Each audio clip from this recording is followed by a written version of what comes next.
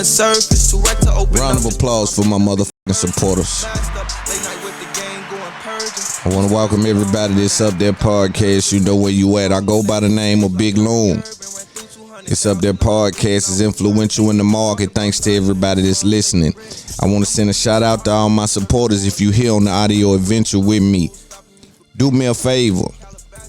Hit like, subscribe, share, hit something right there to indicate that you enjoy the show. It's a lot of competition that they're creating around the podcast market, and we want to make sure that we shine bright, seeing that we dealing with information on this side, right?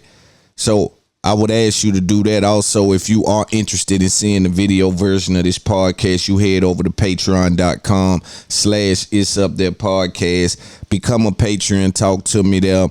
Message me. Do be interactive with the podcast there. That's where we do that at. The video will be on YouTube 2 weeks after the episode airs. So let's clear up the business model that you're dealing with, right? Audio drops every Monday, midnight. Video drops every Monday, midnight, exclusively on Patreon. That same video that drops midnight on Patreon comes out 10 to 14 days later free on YouTube. It's your business, right? And so we're about to get to a point where we're unloading interviews with big names and very interesting conversations that's going to be available video only on Patreon for that 10 to 14 day mark. And so that's how we're doing it. But thank you for listening. Thank you for being here. You in the right place. Lots happening in the game. I'm dealing with a range of emotions. I come off of being in Atlanta, you know, with Young Thug being arrested and feeling the energy in Atlanta and how everybody's kind of moving around there and just the vibe of the city, understanding that. And I get back to the crib and I start to do my 1-2 and kind of get back integrated with people and make myself available for the ones that I'm available for. And then I start to have conversations. Some of those conversations lead me to start asking questions that I'm uncomfortable with the answers. To put it as frank as I can, I think that a lot of our women are too comfortable with with their sons being gangster. I think you're too comfortable with them adopting that gangster behavior. That's why when I see it on children, it makes me feel funny. Although they don't have the power at that moment to execute anything that could alter reality. And we talking young kids, but once they get 15, 16 and they adopt their street vibration, there's some repercussion to be dealt with that. But as a child, right, I'm talking and I'm like, yo, man, you know, it's important to get into a situation where you teach the child that there's consequences and you held accountable. Accountability is right there next to success, because if you never held yourself accountable for anything, there's no way you can look at a loss and learn from it. And that be the problem. You got to know how to look at a loss and learn from it. A lot of niggas don't know they losing when they losing. They got to deal with that. But even when you have dealt with a loss, you got to know how to learn from it. So even though it's an L, that's when they say loss turn to lesson. Not just take the loss and keep it moving. Learn from that. Make sure that don't never happen again. You set the house on fire doing that. Make sure the house don't never get caught on fire again. And so the conversation advanced, and you know me, I'm trying to kick high level game. I'm thinking I'm putting game down. You know, so I'm, you know, man, you got to teach them how to stand up, man. Get out the, you know how I talk. You know, I'm giving this person high level game. And then I got to thinking, oh, shit. In the middle of the conversation, I'm thinking to myself, damn, Shout is emotionally attached to this in a different way than the father is. The mother shares an experience with the son and his behavior in a way that the father doesn't. There's something happening where there's a blame to be shared on the mother for what the child seems to do. And when I speak to more mothers and I start to see that that's the attachment amongst them all, is that when Lil Terry get in trouble, what did I do as a mother? What didn't I do as a mother? And although that could be true, right? Because you could be flowering your seeds in a way where they rot. You could be cooking your meal in a way where it burns. You could be in a situation where you may be mishandling something. So that could be the case. A lot of times, you know, as men, we try to explain, or at least me, I try to explain that, look, when the little dude get 18, whatever he got is what he got. He go into the world, he try to make a man of himself, he try to figure it out, and he gonna be lost. Number one, he gonna be lost because a lot of the moms are overcompensating from the fathers not being there. These new age mothers are starting to, the fathers are starting to wake up in our community. And I want to always say that when I mention these things, but we do got trauma to deal with that's from the past, right? And so a lot of kids that's within a certain age is still dealing with that absentee father thing. And so we get to talking about, yo, man, back in the day, like when you was living with your mom, they made you feel funny. He still live with his mama, he a little boy. Or she still live with her mama, she can't afford to, you know, it speaks to what you can't afford to do. You know, it didn't speak to you saving your money to buy your first house while you were provided any kind of luxury and your mother's house is paid for and she's providing you a runway to start your business and dump your money for the first 2 years into really providing you a luxury lifestyle that you can sustain. We never thought that. We thought if you didn't move out of mama house, you were doing bad. Yeah, you were poor. You didn't have nothing. You understand? And so for me, we got to talking about that. And so we started to talk about culture and how in white culture, we don't see that same or share that same experience. We even see white people kind of give their children a little too much privacy, right? They provide them a little too much their side of the house, and we don't even go to that side of the house type of vibe. And so for us, we was fighting for privacy because in a black household, if you live with your mother, you get very limited privacy. And so when people from the outside see you at a certain age and they know about what you got to deal with if you live with your mother in regards to, you know, you ain't really, can't no women come over, your girlfriend can't really probably stay, you know, these kind of situations, right? And if you in the ghetto, it's small in here, so ain't no fucking going on and she in the next room. You understand? It's just they understanding that, oh man, you ain't that age and don't want to be. See how they put that at the forefront of the conversation, man. I know you dating somebody, you can't even let her come over. Broke ass living with his mama. They never took in mind that you can go get a hotel, but that's something different. We held our hats on having your own place to provide yourself privacy and a certain luxury lifestyle from your own, with your own hand, bearing the fruits of your own labor. And although I think that was a mistake, I find it interesting that now when I have conversations with some mothers, not all, but some mothers, I hear a common theme. That theme being that when my child gets 18 years old, I'm not just kicking them out. And while I stand by that, and I agree with not just kicking your child out at 18 years old, I think that still needs to be stipulations on the stay. Because what happens is the child gets confused that their age has hit a certain number, and now they think their ability to live a certain way go with that. They don't understand that, oh, that age mean that all the luxury you want, you got to provide yourself. Right? So what I'm saying is, yo, my kids can live with me past 18 as long as ain't no disrespect. Ain't no coming in at all times of the night. Ain't no, now, if that's how you want to live, youngster, you can live like that. You got to provide that. You provide it. I'm with you. I might come over sometimes and kick it with my son. But this house right here is ran a certain way. And we not going to let you interfere with that just because your age hit a certain number. See, because what I find is that mothers want, a lot of the times the mothers want the kids or the little boys in particular to have a certain level of autonomy, a certain level of autopilot, right? So they can kind of find themselves. They want them to have that on everything other than being instrumental in paying bills, in taking trash out, cutting grass, washing cars, holding doors for them, anything that's uncomfortable for them. They just want them to be able to wear what they want, look how they want, do what they want in regards to their birthdays and certain things. I think, listen, provide them that luxury if you want. That's how you parent. But in my opinion, the structure that they need to operate in the real world, you got to really kind of start there from the inside the house. Because, boy, if they get out, if you've been allowing them to activate and act a certain way in the household, and now they got to go out in the real world with that behavior, they're going to fail.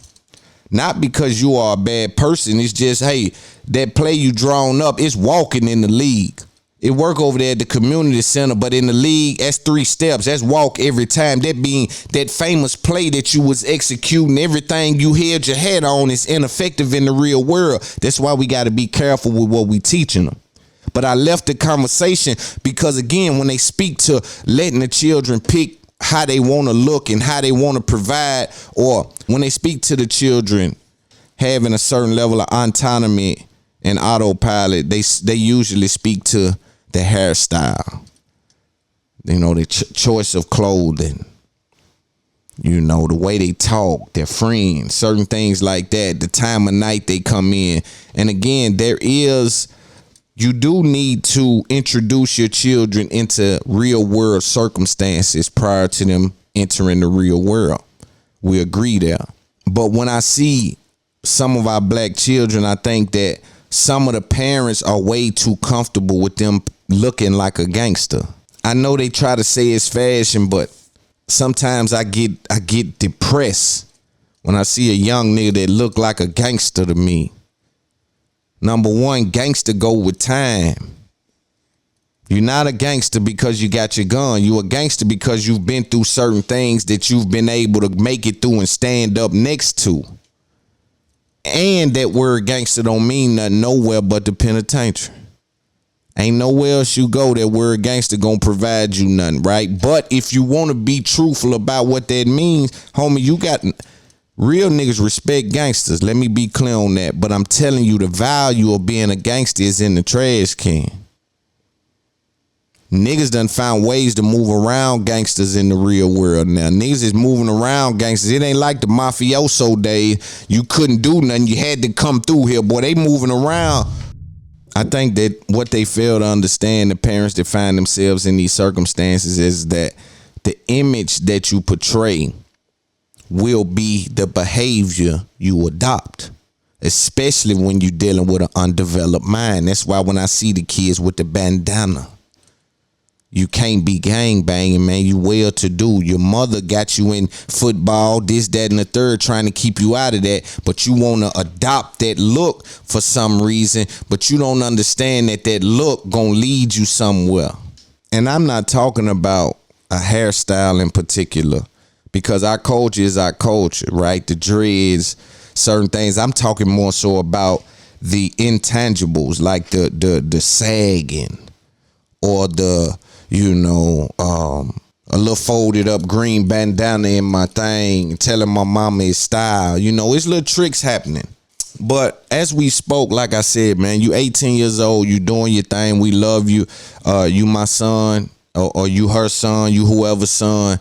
You find yourself in a situation where you want to be grown. And I tell the women, like, yo, our children can't be grown on every part of their life until they need a place to stay. Now they're a child. You talk to your mama like you grown. You walk around like you grown. You wear your pants down like you grown. You do everything like you grown. You want to come in, but you need a place to stay. You ain't grown. I don't care nothing about what the numbers indicate. I'm talking about you ain't grown. You see what I'm saying? And for me, as an older person, or as I'm getting older, now I see why, my granddad or certain people may, as they get up in age, they don't really want you popping up and doing certain shit. Like, yo, I done got in my little groove over here, man. You know what I'm saying? I don't want, I love you like a motherfucker, but don't just pop up over here, man. I'm watching my stories, reading my paper. You know what I'm saying? Because I don't need the interruption. And that don't mean I don't love you.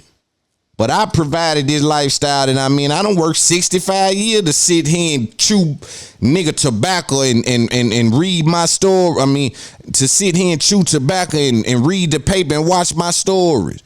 I don't need nobody over on the couch in their socks talking loud with no cell phone. I don't want that. I done got old, and I done provided myself this little bit that I got left. But the mother's love is different, because the mother would allow for the child to interrupt everything that she got left. She be on her last leg. And I know that the love is taken over, but what you got to know is you got to provide that child with some structure to be able to live life. Because you will depart. You will not be next to them to be able to continue to provide that place to stay. I got to show you how to stand up, because when you get up there, they going to provide you the jump. It don't go from, yeah.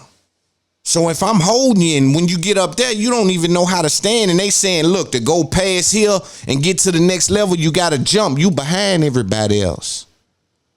I told my children, we got to start selling shit now while y'all teenagers. My oldest is, you a teenager. My youngest is still, he younger. Yo, let's get some in y'all hand. We need y'all to know what it feel like to do transactions that ain't got nothing to do with crime.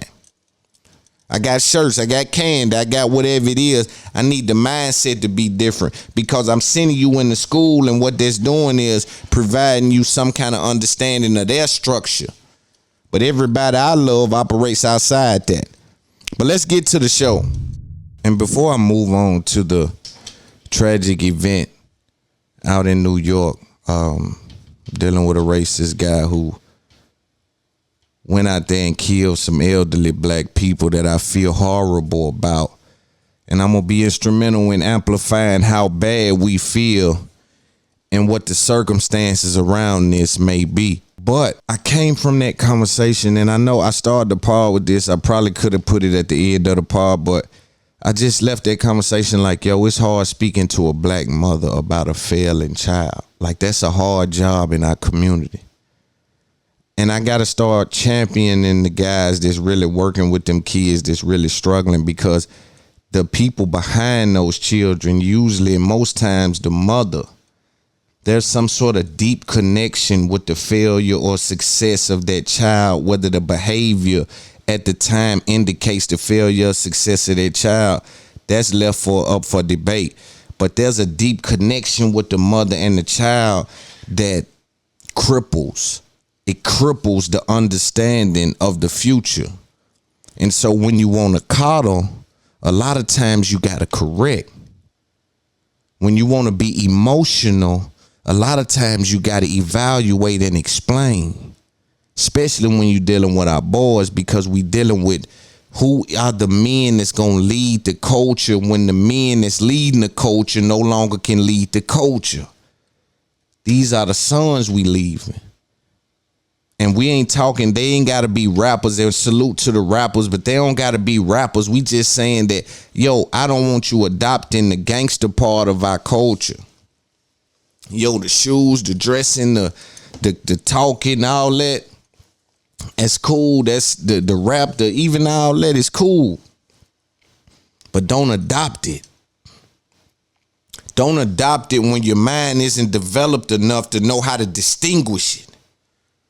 Because it's high level. A lot of these dudes ain't on drugs that's rapping about drugs. A lot of these dudes ain't got ops that's rapping about ops. Young is creating ops so the song sound better for them. A lot of these is just talking about sleeping with 3, 4, 5 women, is married and in love with a woman. They'll cry if she don't answer the phone. So don't adopt, just indulge. There's some things in our culture you need to adopt. There's some names we need to be dropping that you need to adopt. Some of the high level game being put down, adopt some of that. That's why I got to be more loud about it. Because they need to know it's some people talking like, dude, that dude cool. He got all the same cars, the houses, he got all that shit, and he kicking that kind of shit. We don't got a crash out. He don't got no ops. Home don't talk about no ops. He don't owe nobody. Home over at kicking high level game. I'm trying to, let's get over there with him. Like, you see, so I need to be that for our culture.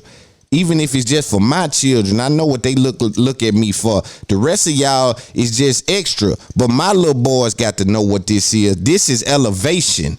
This ain't all that what they doing. We evolving. And if you step in the way of it, then we got to handle it like we know how to handle it. But outside of that, my mama told me, go get the money. I'm headed to the money. Know what I'm saying? But it's a deep connection, man, with these women. And we got to, as the men of the culture, we got to start to be able to know how to teach. But again, it's a hard job. Do you understand that the mother that said everything she can say to the child, and he's still doing it? It scares me because I know it's death on the other side of not listening. So when they 10 years old doing certain things, I'm saying we got to get a hold of that. Because I know I won't kill him. I won't do much to him. But it's somebody out there that's going to correct that. The universe going to correct that.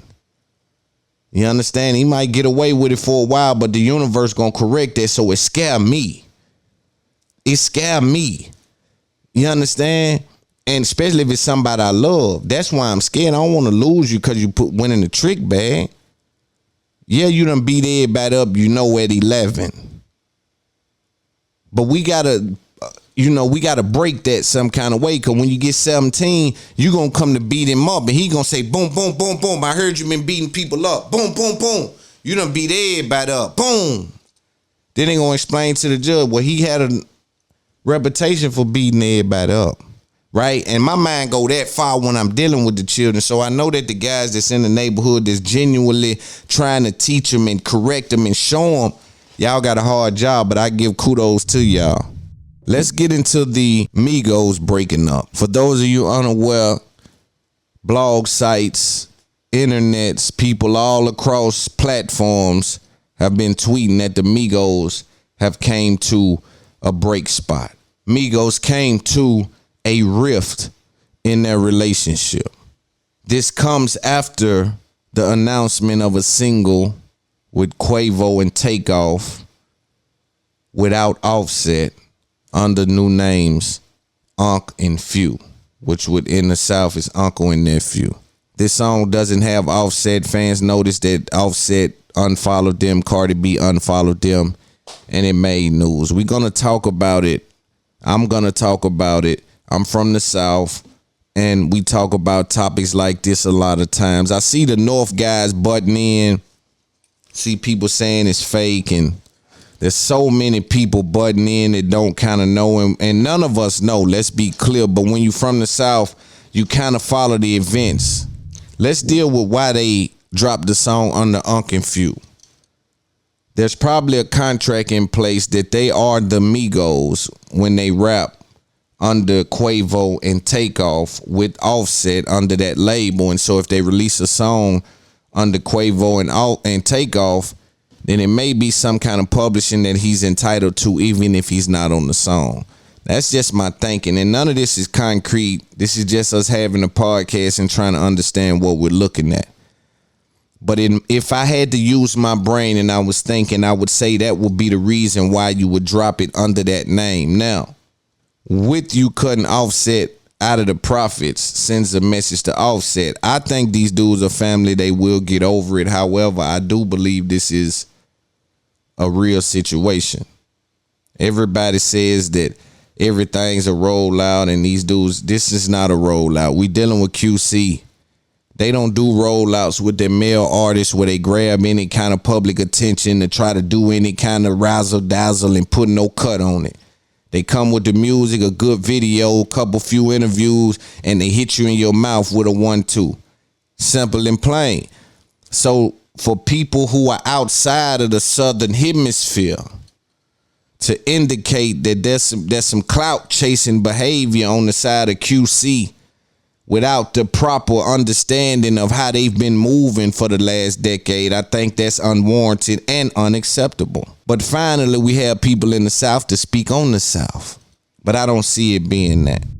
I remember, and again, these are just conversations we having on the podcast. None of this is concrete. I like to make sure that when I'm speaking about these kind of things, I I'm saying that, yo, we don't know. We just talking on the pod. But I remember when allegedly Quavo and Baby had a run in.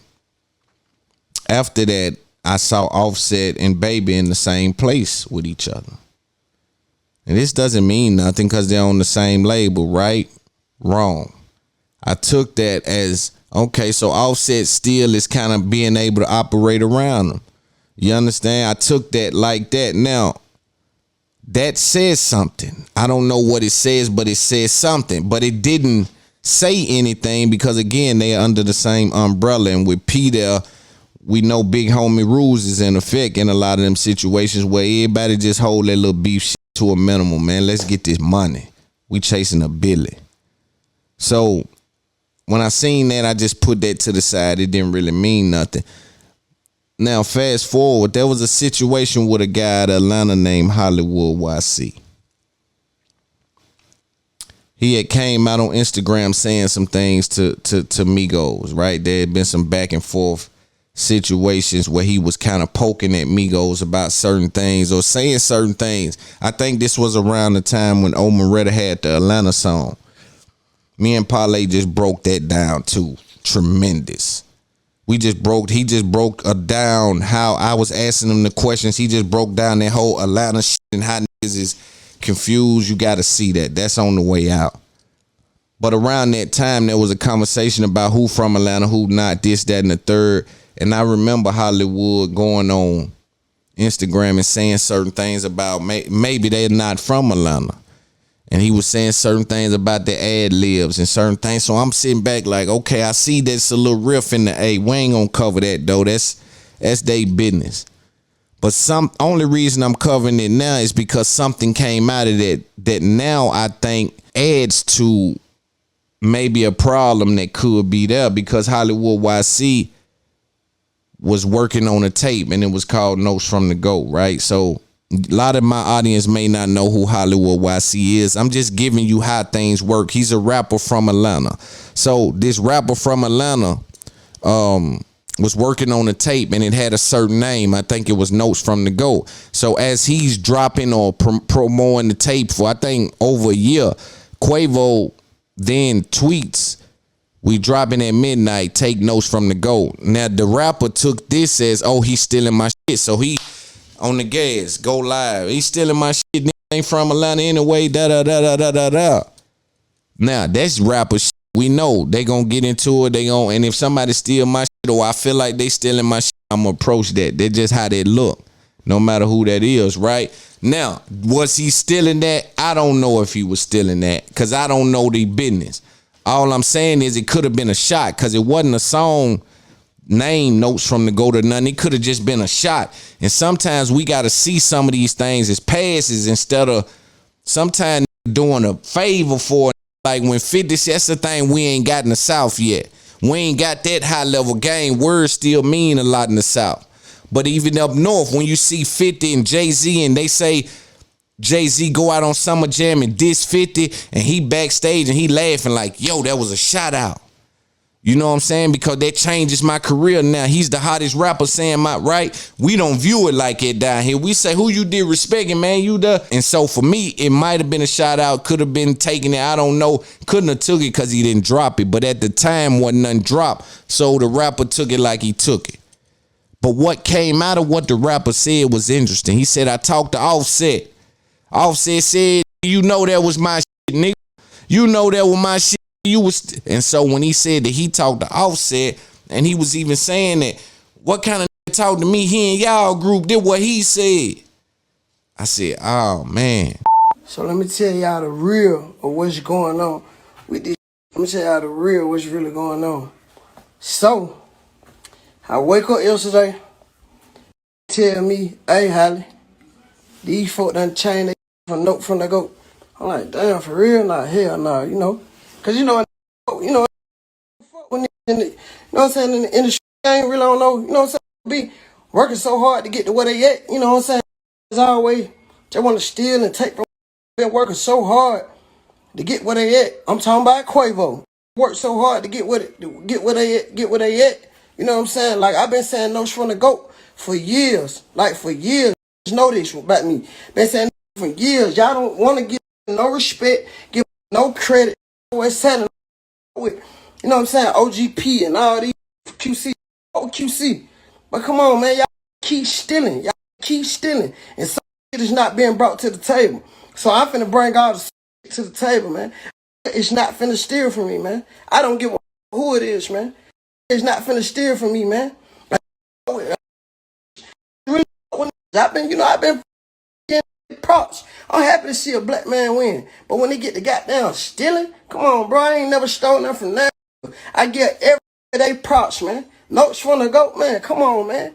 Everybody know that, man. Even P know that called note from the GOAT. Everybody know that shit, man. I get on Dirty Gloves. I get on everywhere, man. Come on, man. Just biting. Y'all be scared to stand up for what they, to stand up, man. I brought this show here. Man, everybody stole the show. The Bote calling me country. And just biting. Y'all be scared to stand up for what they, to stand up, man. I brought this show here. Man, everybody stole the show. The Bote calling me country and monkey and all that old. But now everybody doing it. Y'all got to stop getting out they props, man. Come on, man. You know what's happening, man. Come on, man. You know what's up with me, man. All jumping in my DM, all yeah. All tell myself, man, come on, Holly. We supposed to be straight. We is straight. But when y'all start stealing, it ain't straight. Get some straightening back then, man. Come on, man. I'm getting straightening now. I want to talk about getting straightening. Let's get straightening. Come on, man. Y'all ass stealing. Down said I ain't know you coming talking about me on one of my posts, man.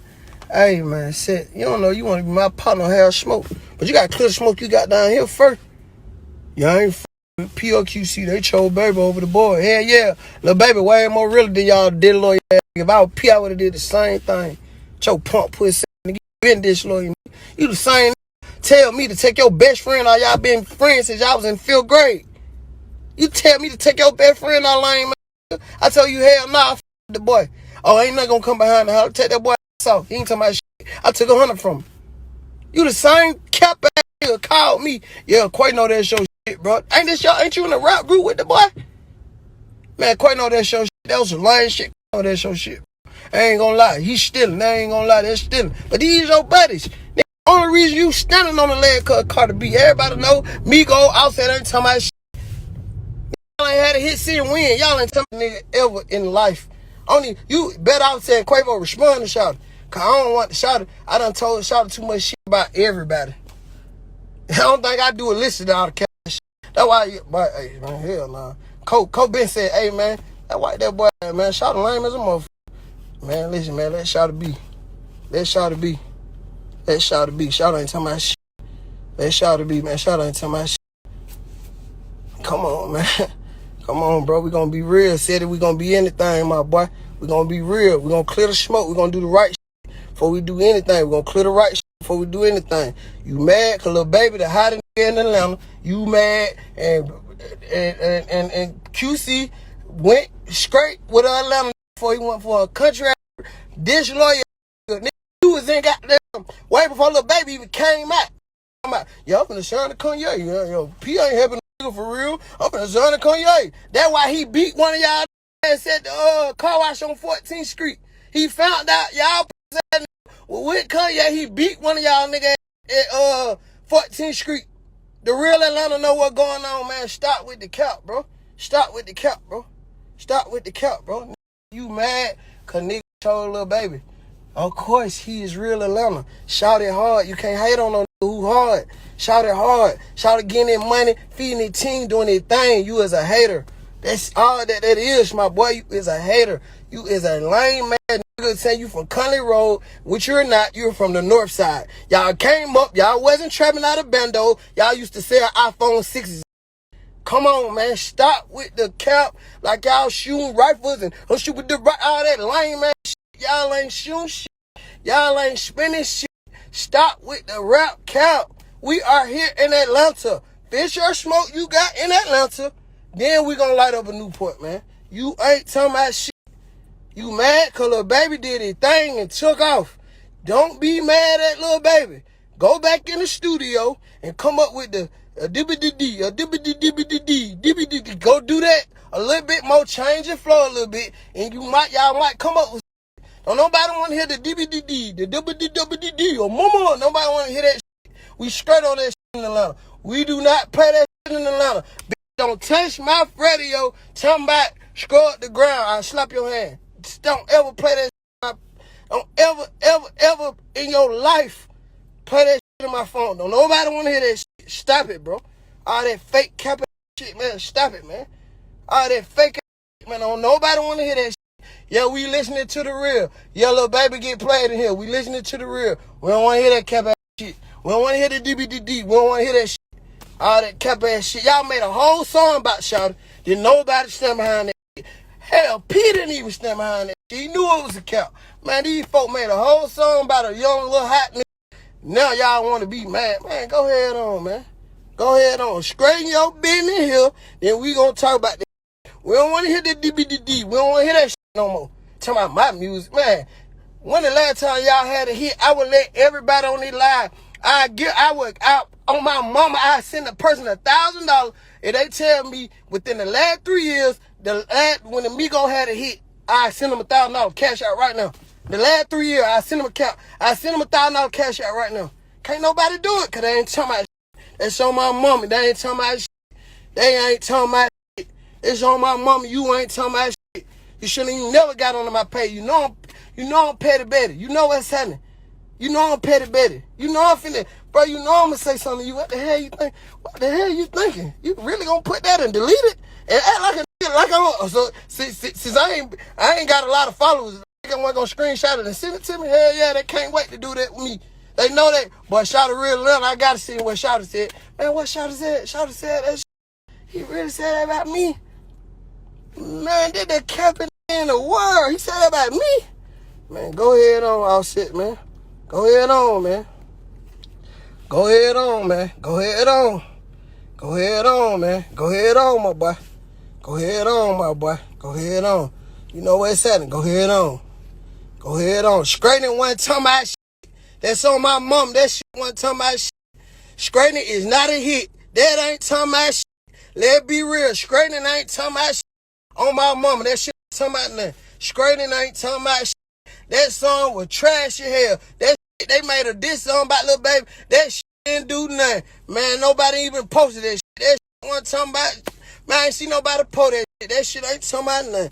And I wonder, did that even add to them going through a thing? Because I think, again, they'll get over it. But then my new question is, how do you deal with your family when your family ain't acting like your family?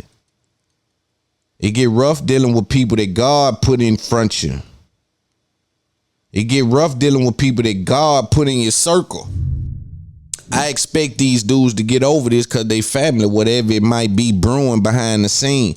I expect them to get over it. But what I do know is that this ain't a rollout.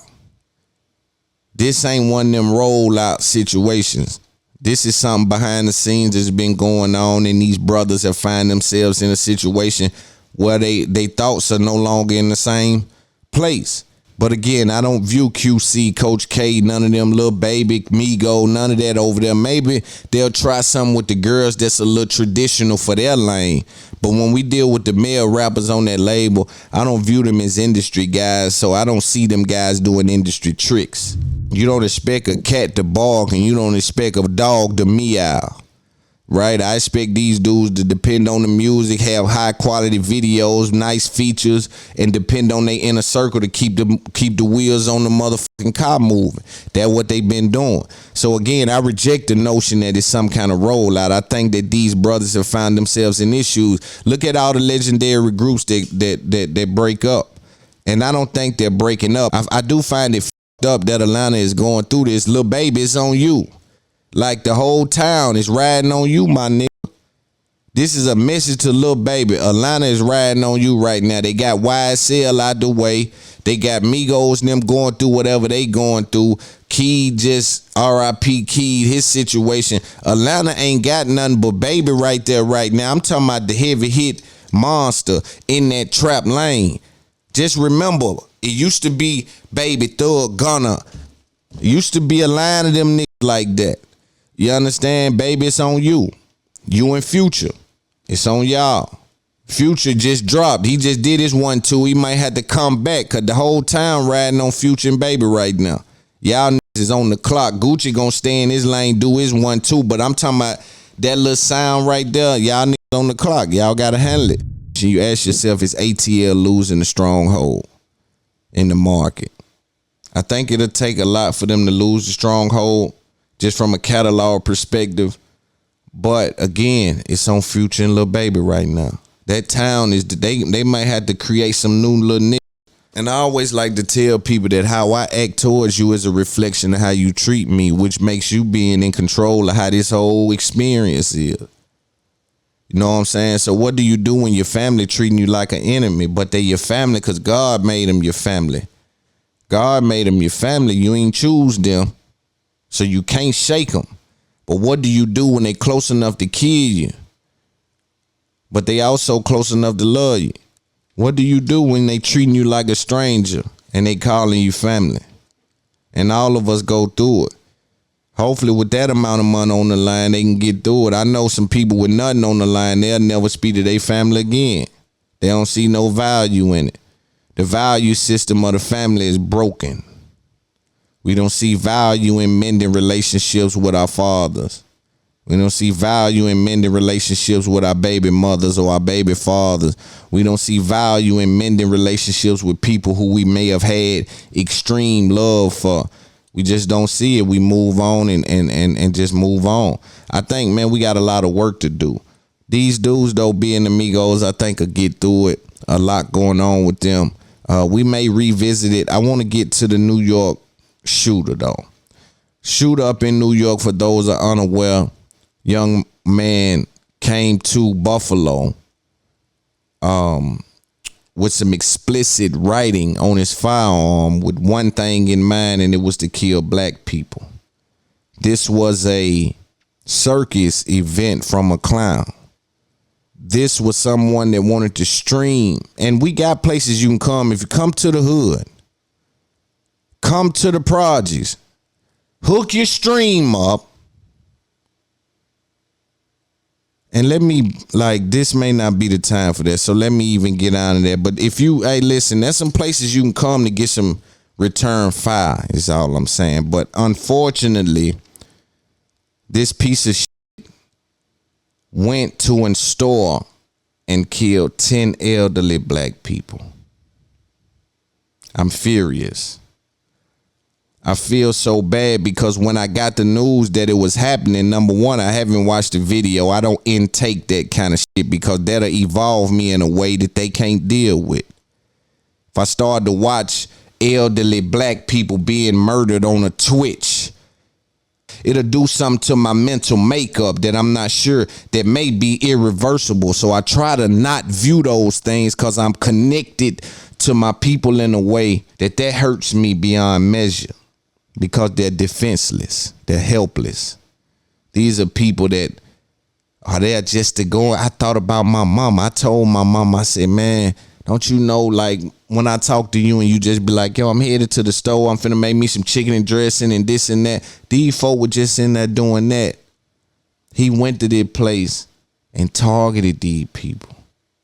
I think it's interesting if we start to look at even the way he was arrested. It's an indication about the outlook on the people that commit these kind of crimes in the communities that they don't see fit.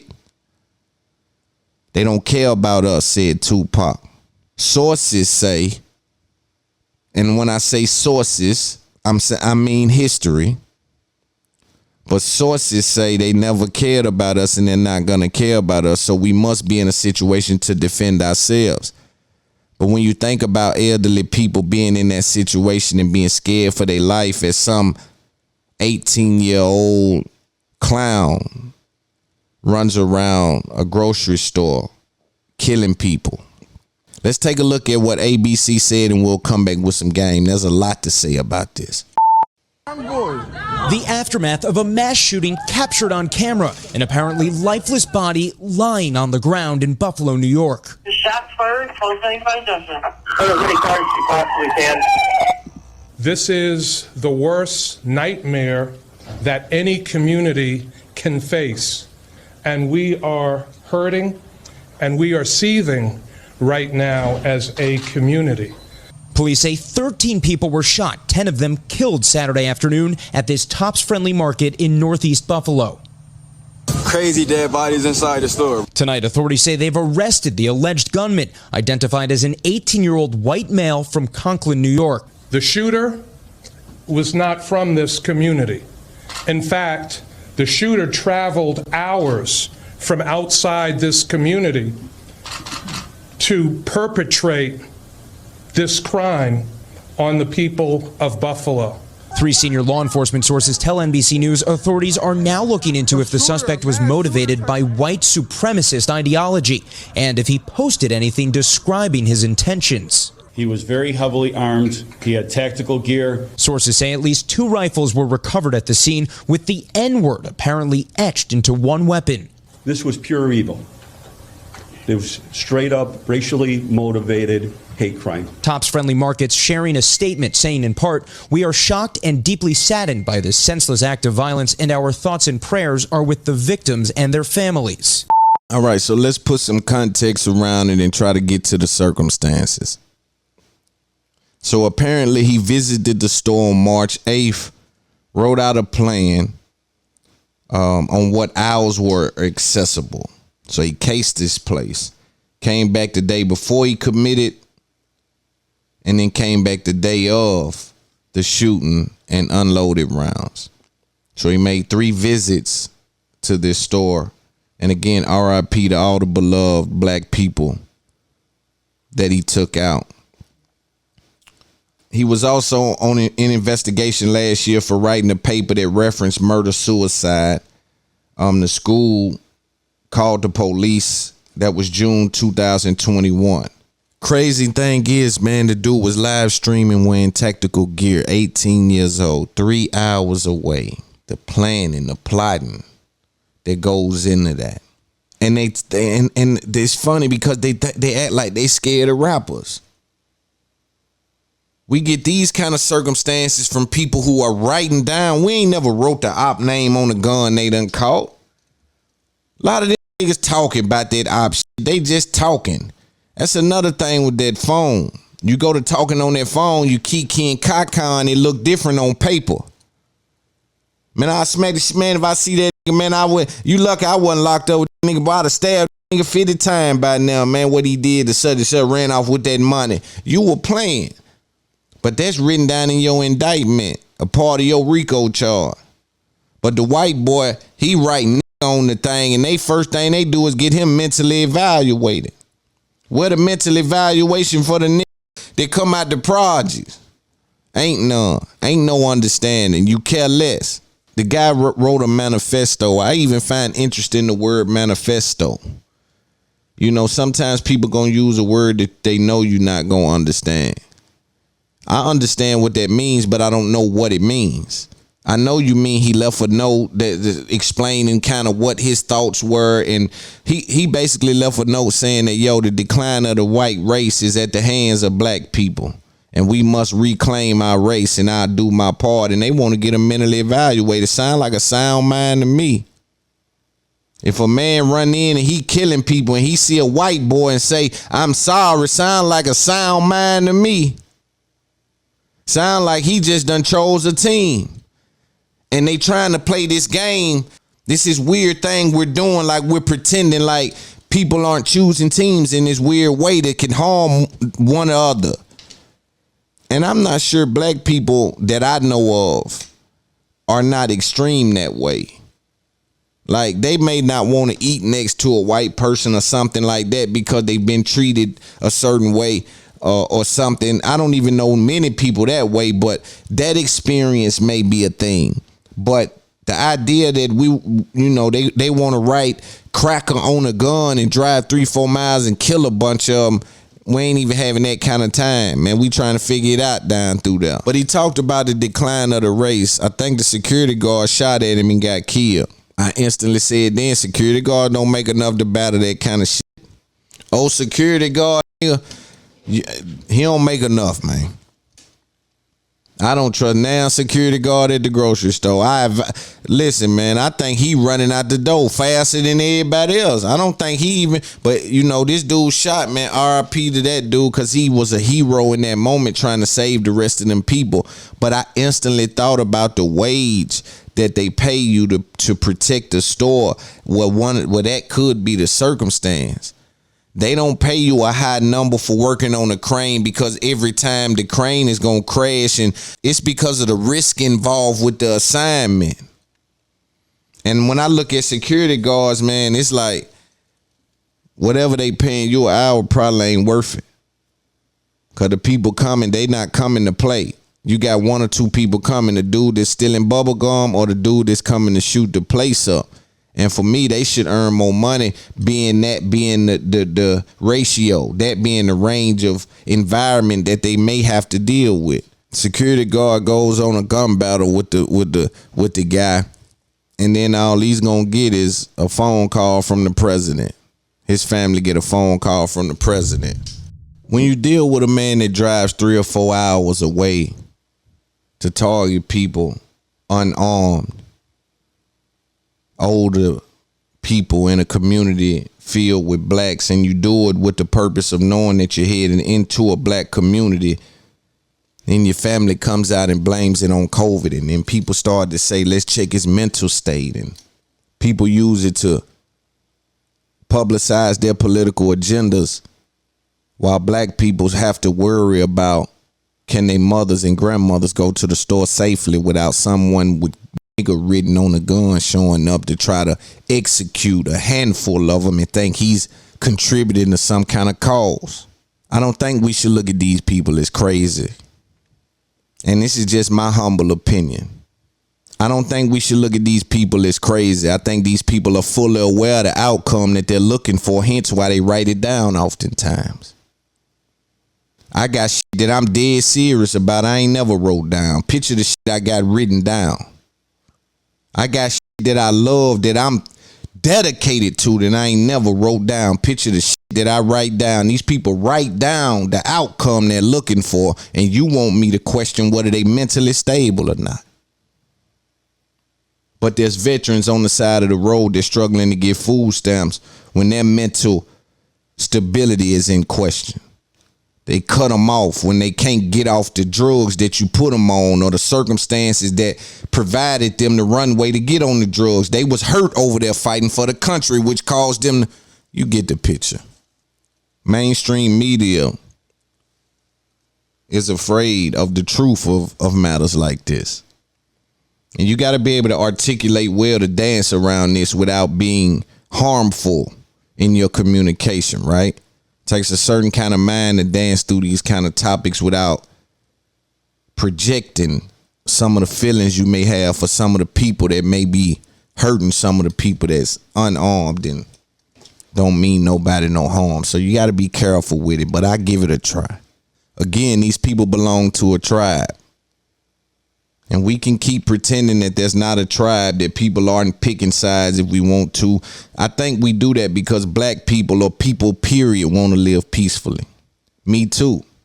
But how do we ignore the reality of people driving 3 hours getting weapons that we constantly say shouldn't be available for people in that kind of state? The guy has been investigated for murder-suicide, written down on paper prior to this circumstance, and we still have enabled him a way to get a certain kind of firearm, drive a certain kind of miles, tactical gear, live stream it. There's no algorithm for that. But if I say nigga in a rap, they gonna pay me pennies on the dollar. Ain't no algorithm say, yo, that's a man with a gun on here, shut that down. Ain't no algorithm for that. It's about what they interested in. But this isn't the first or the last time that this kind of thing is happening. Unfortunate for me, my children, my counterparts, my loved ones, my people, there's tribes being chosen. Some people don't like the fact that we are able to create whatever we are creating, and they have to deal with us in a way that they would rather not deal with us. But you go and pick on our older people, and I hate that. Mainstream media also plays this little game where they have a term couple terms, one being racism, one being violent racism. When they deal with a lot of people, you will see them throw those terms around. I also found interesting that the assistant manager called the police. And the fact that they were whispering in a room filled with dead bodies and gunshots, they got hung up on. What you want me to be like, yo, somebody's in here shooting, next aisle over. They whispering, man, somebody. They get hung up on. And although I speak about the mental capacity and mental stability not being in question in regards to these circumstances, I don't stand on the side of being quiet and hiding these guys. I look at it in a way like Iraq, when they get an American soldier, you don't kill him. You get him back in, try to waterboard him, and what do you know, and who sent you, and what you thinking, and what's that about, and what we facing, and what we up against, and what they taught you, and who taught you, and where you get it from. I'm into evaluating what's at risk. I sit you, yeah, we need to figure out what you, because I know one thing, this is just one ant from the ant pile. It's an ant pile of motherfuckers that feel like that. This just one ant. Tell us where the ant pile at. Can we send a, you understand? Let's try to figure out what you, yeah, what y'all, what's, hey, whoa, right? Because it's scary that people are, yo, bro, he drew on there, bro. And let me say this to the people that's out there that like to, you know, draw clickbait and just say things for the sake of saying things. Yo, stop calling on rappers to do every motherfucking thing. I love rappers. We love rappers. The culture love rappers. We dealing with disaster. We don't call on rap niggas. What kind of mindset niggas got, man? You call a construction worker to do a construction job. You don't call a plumber to do that job. The fuck is wrong with niggas talking about rappers ain't, rappers don't gotta say nothing. We got brighter bulbs in the closet. We got niggas that's gonna speak on it. We don't need rappers to do this and do that. Rap niggas need to be teaching other rap niggas how to duck the Rico. We got killer mics and niggas like that that can speak on this horrifying incident in New York, in Buffalo. Stop calling on rappers for every motherfucking thing. When the machine break at your warehouse, they don't send a doctor in there to fix it, do they? Stop calling on rappers for every motherfucking thing. We know rappers don't understand their responsibility. They battling with understanding that they influential beyond their understanding. But homie, we don't call on rappers when it's real destruction going on. If anything, we calling them to amplify the plan that we got in place. But it's misdirected anger when we say the rappers ain't saying nothing about it. I'm sure they'll speak on it. But yo, we got brighter bulbs in the closet. But do not ignore the craftiness that it took this young 18-year-old piece of shit to go to drive 3 hours, have tactical gear, live stream as he's doing it, say sorry to the white man. Let's not ignore that. That's something that we need to write home about. Although we want to live simultaneously next to each other harmoniously, we do have to be aware that there's some things on both sides that we need to take a close look at. This is unacceptable, though, on all charges, on all facets, and the way that they brought him into justice. They brought him into justice. I would have thought they went in there and got somebody for child support. I done seen them treating for child support. Then they treated a dude that killed 10 people. Bunch of my homies. I know a dude from my town that was running from the police. Daniel Hambrick running from the police, just outrunning him and got shot in his back. This dude killed 10 people. He come out looking like they finna take him to do 120 days for child support. Or they done come and got him by the traffic violation. And you want us to stand back and say there ain't a difference between the approach? Right? Let's be aware of the circumstances and let's communicate the standards. Let's not ignore shit and pretend. It's offensive when we pretend these things aren't happening. But RIP to all those folks in Buffalo. My condolences, my prayers to the family. And you know, that's as much as I can offer from here, but I do what I can with my voice on speaking on it. Let's do a Thugger case update. Lots been going on with the YSL crew and their RICO charge in the state of Georgia. Thug's lawyer has came out to say that his living conditions are very poor and they call for his immediate release. What lets me know not only that this is a high profile case, but the media has a high level of interest in this case is that a couple days after that, a video came to fruition of them showing the inside of the cell next to rapper Young Thug. Let's take a look at that. Inside the Cobb County Jail, we've been asked not to show rapper Young Thug, but we're only about 3 cells down from him, and we've come in here.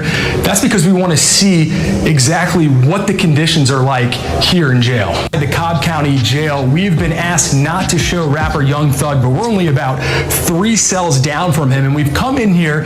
That's because we want to see exactly what the conditions are like here in jail. As for rapper Young Thug, say he's being kept in inhumane conditions. He was arrested in a gang conspiracy. Would be the typical cell for this area.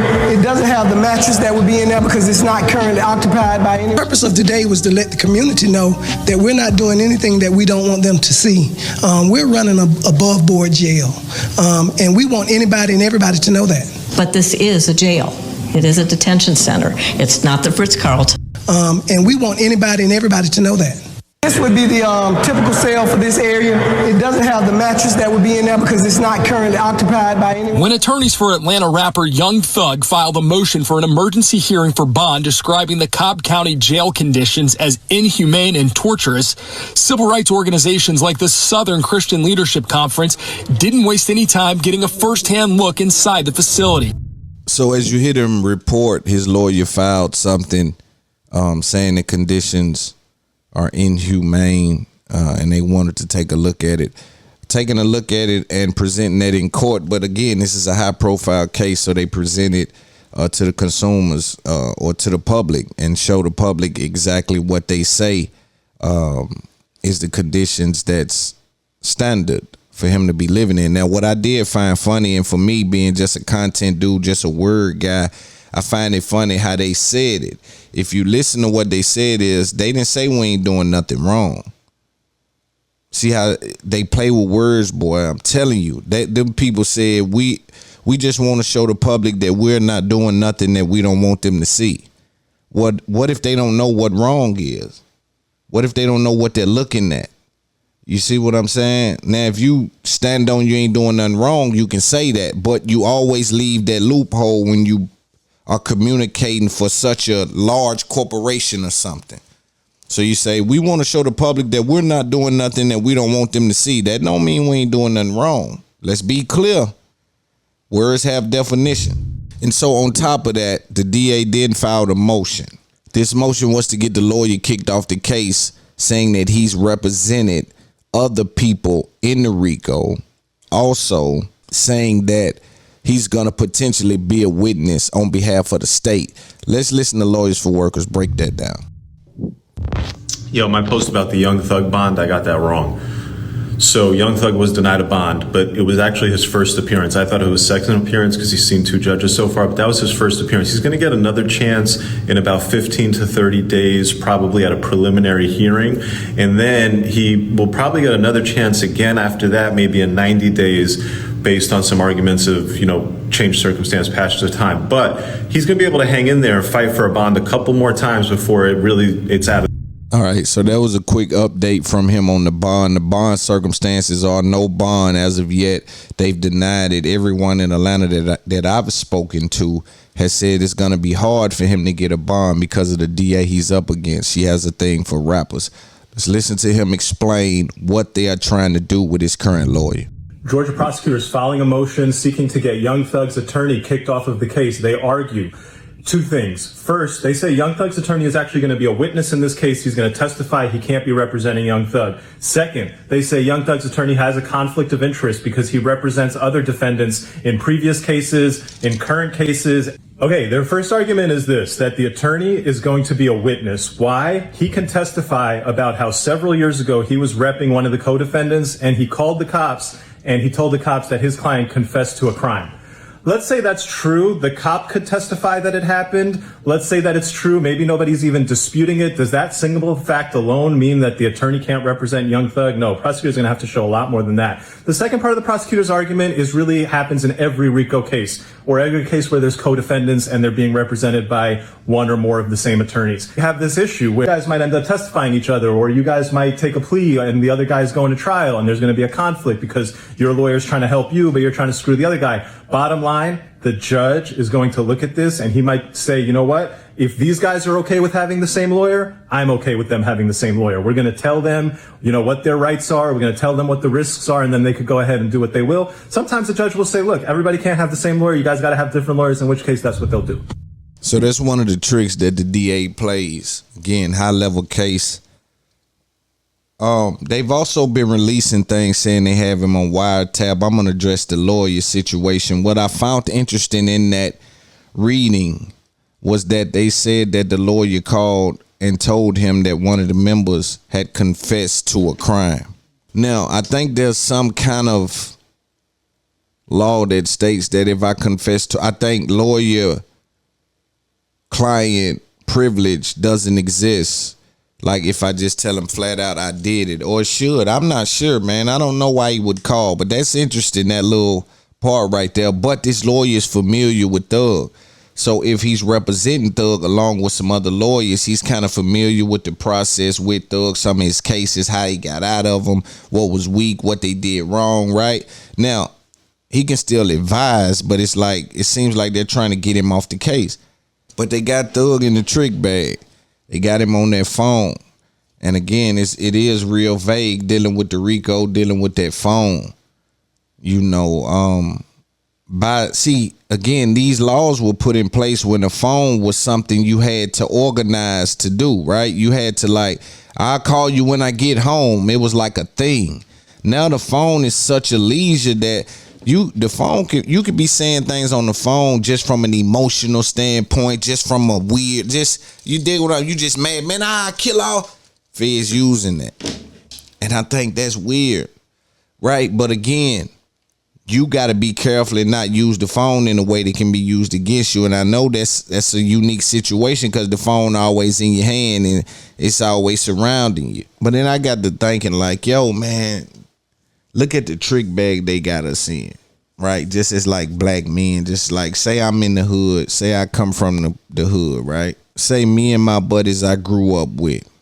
You know, it's a group of us, a clique of us inside the hood. It's just 4, 5, 6 dudes that we really hang. Like, they're my guys. I mean, we ace boom coons.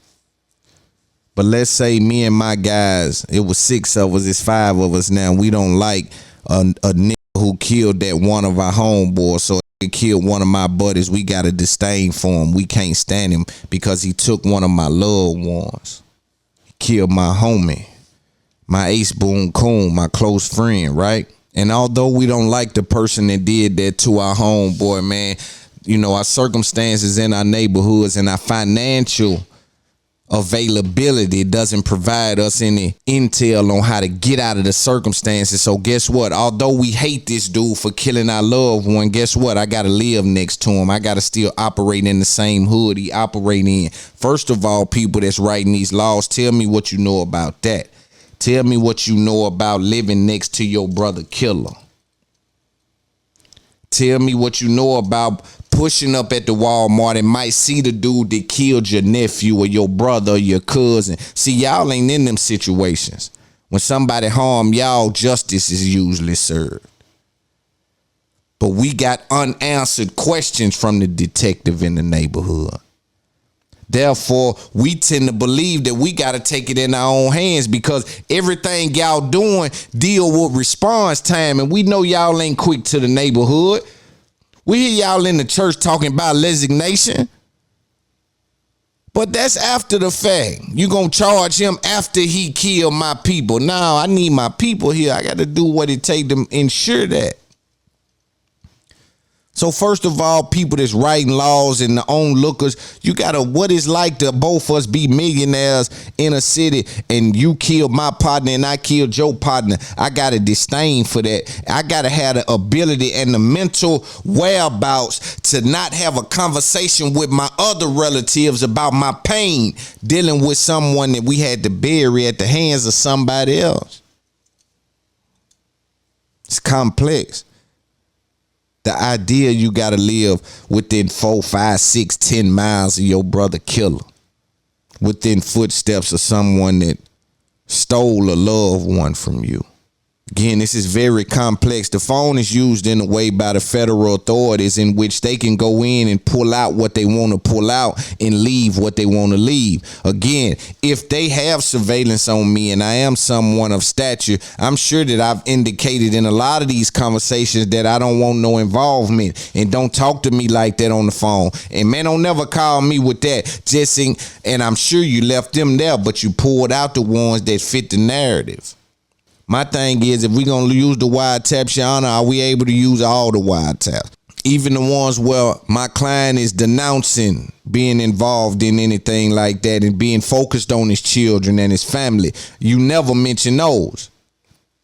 But again, they don't take in consideration tongue in cheek when you're dealing with the federal government or the police. They don't know you were just talking when you say, boy, I pulled through there and blow that whole motherfucker up. They play with mine about that.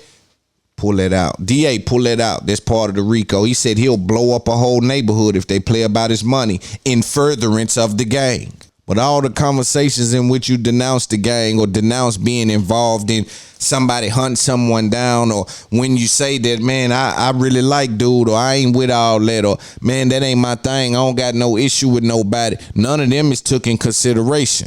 All it take is one drunk night, one night on them pills, on them X feeling good, talking to the homeboy, he feeling good. You just cashed a $2 million check. Now you on your phone talking, man, who they think they fuck? Man, I'm up $2 million. I just cashed a $2 million check today. They better keep my name off Instagram if he don't want to die. Pull it out.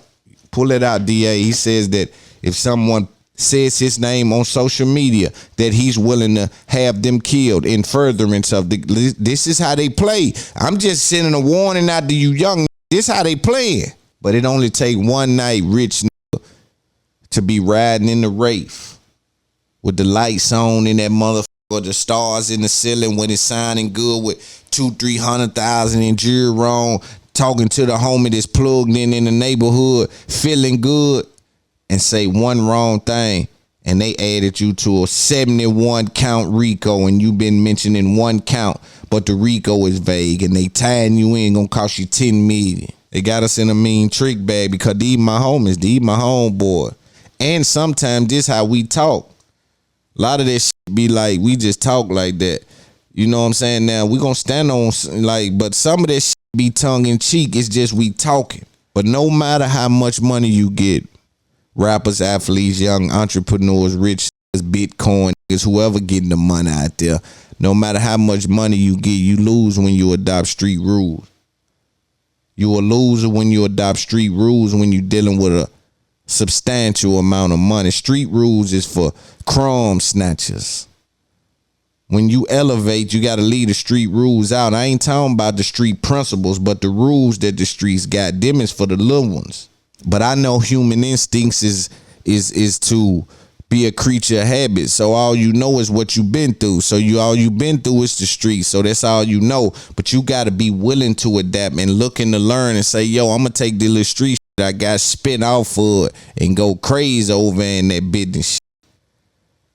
You know what I'm saying? But if they lock you into the street rules, like you still operating like a high class street, but you really a mega star, they got you in a trick bag. Some people can get out the trick bag, but I don't go in the trick bag. I try not to. Try to stay cognizant. Let's talk about NBA YoungBoy. Reports are out or have surfaced that NBA YoungBoy has reportedly turned down $25 million from Atlantic Records.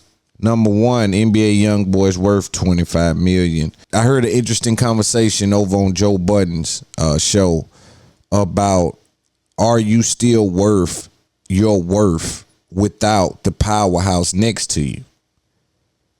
I think someone like NBA YoungBoy is because all his music is consumed on YouTube mostly, which is a free website that kids are able to grab their mother's phone, their cousin, for anybody phone, got their own phone. And so his consumption will always be high.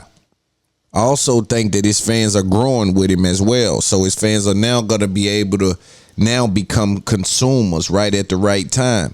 So as he's getting out the Atlantic deal, a lot of his fans who were 14, 15, 16, 17 while he was fulfilling his contract with Atlantic are now becoming 18 and starting to work. Now they can become tickets buyers. Now they can become merch buyers. Because at first, all they was really doing was grabbing that YouTube shit at a high level. I'm sure his merch moves and all that as well, but I'm just saying now a lot of his fan base is now going to grow into now real consumers. So he ought to see a boom and make a bunch of money without them. I seen what I think he was one of the only people. He got like 100 gold and platinum plaques. Like that's unheard of, man. That's trap music. Like dude should be celebrating for that just on the string of trap hip hop. Like YoungBoy got 100 platinum and gold plaques. That mean a street can do that. You know what I'm saying? That's an important thing, and I don't think we need to look over that just because of whoever rap dudes you like the most. I'm talking about the information that come out of him having 100 gold and platinum plaques. It may be nobody outside of Drake that got that many. And so if Drake got 400 million and you offer NBA YoungBoy 25 million and Drake is probably the only person with more gold and platinum plaques than him, did you really offer NBA YoungBoy his worth? Because I always tell people that whatever they give one, don't fret not if you not number one. Because if you number 9, whatever they give number 1 is the benchmark. So just like if they give number 1 400, then number 2 might get 350, then number 3 might get 275, then so you somewhere in that realm. But again, I just think that he's about to see even more money being spent on his music because a lot of the consumers that he was serving as he was fulfilling his Atlantic contract is now becoming adults and getting jobs, going to start to work, and they're still fans of NBA YoungBoy. So now they can operate in the market in a different way, right? You will start to see more things happening with tickets or tickets going up, because one thing about YoungBoy, with all of the 100 platinum and gold albums or platinum plaques that he had, his ticket sales would always be like 20, 25 because he's dealing with people who hadn't been able to create a life outside of their mother's house yet. A lot of those dudes were kids that he had, you know. So now, again, those dudes are growing up, getting jobs, and now they'll be able to function and support him in a different way, especially if he provides them a structure on how to support him. Like, imagine if he went to Patreon and they felt like they may have a chance on, you know, reaching him one-on-one or something like that, dude. Like that, a lot of people will pay for that, them young dudes, because they really want to talk to him. You know what I mean? So just interesting to see what he does in the market. Speaking of music too, I'm watching what they're doing with this Future project too in the market. We entering a new era, and Future is an earner. He's a big earner as well. So you kind of watch what they do with him to see what they're thinking about doing with all the other people. And when I look at it, I know that they're trying to get as many numbers as they can, right? So you saw a different approach with the Future album in regards to the deluxe. I think it was damn the next day or next couple of days he added a whole bunch of more songs on it, right? And that's a wrench in the system. That's them trying to figure out this deluxe thing that they're doing. I also seen what Future label has released all the instrumentals, which is another way to get numbers, you know, going over to your album sales. So again, I see what they're doing to try to function in the market and use all avenues they can to make sure that they have a proper viewing of their market share. So again, I'm just kind of watching the whole game as it unfolds. And I definitely, again, just kind of watching the game. I definitely want to talk about the Deion Sanders and Nick Saban thing, but first I want to get to Freddie Gibbs. For those of you unaware, Freddie Gibbs has, for the last maybe year, has been into it with a lot of people. Academics being one, Jim Jones being one, Benny the Butcher, that's been Jeezy, he's called out, Gunna, he's called out. It's been a lot of people that he's called out and just had tiffs with, right? A lot of these things are online, and again, you must be aware of what not to do when you're worth money. In my opinion, Freddie Gibbs has went in a trick bag. He's started to do this weird thing. See, if you're not careful with social media, they'll trick you to do this weird thing where you're responding to the internet, and that's not anyone particular on the internet. You're kind of responding to a vast majority of people that you'll never meet, that they're kind of dictating your movement, and that's always a problem. So he found himself like get into a fight with Jim Jones and say, come hard, I'm still doing shows in your town. It's like, yo, I'm still doing shows in your town. I don't got to say that. You know what I'm saying? But I think he had got caught in that bag where I want to show the internet that they ain't fading me. You know, some of our guys in the rap game really believe the internet is king. They really believe that if they say on the internet, man, I got to say something, man, them folk believe that. And sometimes it will affect the bottom line. But when you somebody like Freddie Gibbs, I'm not sure if that's the case.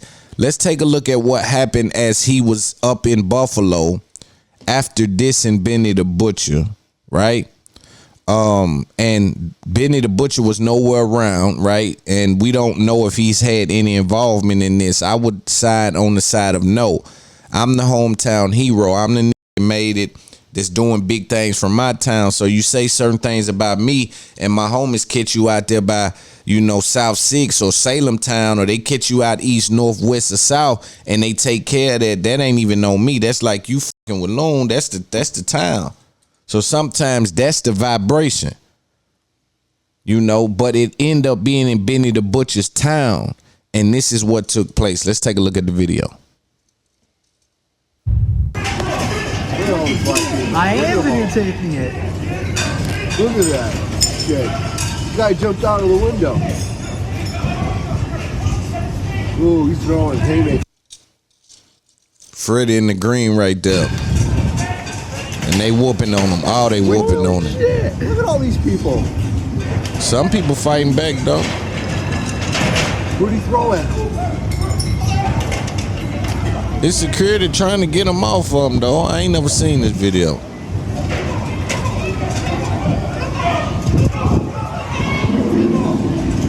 Welcome to Buffalo.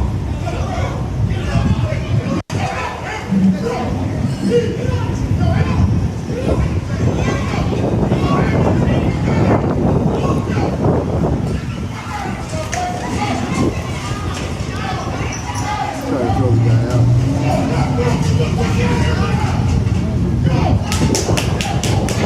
He lucky this didn't get bad. Real thick barbecue. He got him in a full Nelson. Man, choking him out. I didn't know this. Look at him run. They still got his jewel on. Look at him run like mice.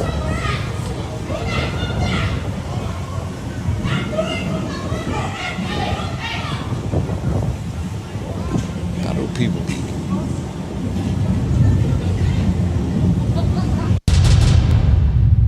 No lie, man. It never fails to me. I wonder, how do people get this kind of footage? But if you paid attention, boy, with some furniture moving, you know, with some big, it seemed like one of them big dudes was on Freddie's side. He was trying to give a little bit back. You know, they gonna give you a little bit, but you got to give a little back, man, to keep him off you. But they were rocking his bells. No, they didn't get his jewelry. It didn't look like they wanted his jewelry. Look like they just wanted to send a message like you've been making some bad decisions, very poor decisions, and we want to amplify that we stand on the side that you've been disrespectful in your communication, and this is how we gonna hold you accountable. He lucky it wasn't bad, because evidently somebody had to drop, and they could have had to drop and handle that a totally different way. Totally different way. And I also want to talk about Freddie Gibbs and academics, because in my opinion, Ak has been at the head of the changing of perception of Freddie Gibbs. People kind of looked at him a certain way to Ak kind of got involved. And when I listened to Ak report on the fight, I said, that's him in his strongest suit. That's him with his Spider-Man outfit on. When he can make that 7, 8, 9, 10 minute YouTube video and kind of he really passionate about what it is he talking about, right? And he's using his high-pitched voice. That's his bag. He in his bag right there. And that's the person that if you are at war with him in this content world, you got to get rid of that person. Like, you got to deplete that guy, because that, in my opinion, led to why people are now more vocal about Freddie Gibbs and their disdain to Freddie Gibbs. But academics narrated and said, yo, he don't want to see him get beat up, because again, he's an older dude, and he came out, like I said, even after this, he had a black eye. I'll probably put the picture of his black eye on the screen, but he had a black eye, and he came back and said, all them and y'all didn't take my jury. Like, yo, are you asking for to kill you? Like, that's what I don't like in our culture. Like, what? Okay, say less. Like, I didn't like R.I.P. to Dolph, but I didn't like, you get away from 100 shots and then you got to wreck 100 shots. Next time they probably, like, for me, I don't deal in that type world right there. That's very, like, you know what I'm saying? But again, I take it as the people that operate in that world know the power of the tongue and the law of attraction. That's how I feel about it. If you don't, you better get aware of it, because you playing a dangerous game. And you ask, like, Loon, how does something like this happen without you calling the shot? Man, in the neighborhood, you got to think, when we in the ghetto, then you going in that state where Benny them from. I think no one else is from that area, so they real beloved in that area. But when you think about the game in the neighborhood, like, my dudes from the streets, they in dire need for opportunity. They'll smash something on consignment. Yeah, they'll get up and rock his bell on consignment just for the idea that he might put me in a position. He may give me an opportunity. You understand? That's how fucked up it is in regards to finances. Dudes is trying to scratch and claw to get out. So here go a nigga that ain't from around here, and the homie from around here, I know he gonna get word. I called the shot and whooped the old boy that was talking like that. You see what I'm saying? And real niggas do real shit. There's gonna be some kind of, you know what I mean? So it's just like, yo, niggas will smash something on consignment in the hood, because it ain't no opportunity zone. And when a rap go get famous or get on, he an opportunity for everybody that know his name in that hood. Rap is a vessel for every nigga that come up with them, every nigga that know them, nigga date his sister, anything, any kind of interaction. If you poppin', you become the nigga that make and get somebody some help. And so that's how you end up in a situation getting beat up by people that I didn't tell to whoop you. It's a simple thing. Let's talk about this before we get into any other topics. I was on Instagram, and I may play a video of an Instagram person I follow. It was just a funny interaction. For me, I like to watch how relationships unfold. You know, certain people I follow, you kind of sometimes can get a glimpse into their private life and kind of see, oh, that's what kind of individual you are, right? And so this one particular person that I follow is so funny, because she's, you know, looking for a man. And she posted certain little things like, world where your woman can creep out every now and again because you're not enough sexually. She's sexually frustrated, but she's enough for you. Is that acceptable, right? So basically, hey, yo, you fuck me good, but man, I ain't fucking you like nothing. Like, when you fuck me, I feel like it's heaven, but you feeling like I ain't get to get off. I didn't get to get in. It didn't do nothing. I didn't really, right? So do you let your woman creep out in that case? See, my thing is, and I was telling one of my homeboys, communication is key. A lot of you niggas down there, you know, you eating pussy, but you ain't really eating no pussy. Yeah, ain't nobody really taught you nothing. And you got money, so the girl ain't gonna say nothing. You done bought all kind of shit. She don't want to hurt your feelings, Gucci hat wearing that nigga. Yeah, she don't want to hurt your feelings. You know, you have emotion. You got a Bentley and she can get down there and don't know what the fuck you doing. So she don't never say nothing. You see, I know a lot of women that say a lot of time they don't even get off. Women say, man, like the girl that I'm probably gonna play, she said the dude get down there to give us some head and he doing it hard as a motherfucker. See, we get it confused, and see, that's why I always talk to the women. I got the ass. You understand? Hey, and I ain't asking in no weird way. You know, I'm a talker anyway, so we'll figure out a way to make me figure out a way to make you get where you need to be. But she said that he would get down there and do it super hard. See, certainly you get down there, and what's happened is that you done got aggressive in your mind. So now you treating this, you done got so aggressive that you, and she like, nah, it's motherfucker sensitive. But he got money, so I can't say nothing. That shit hurting a little bit, but man, he got money.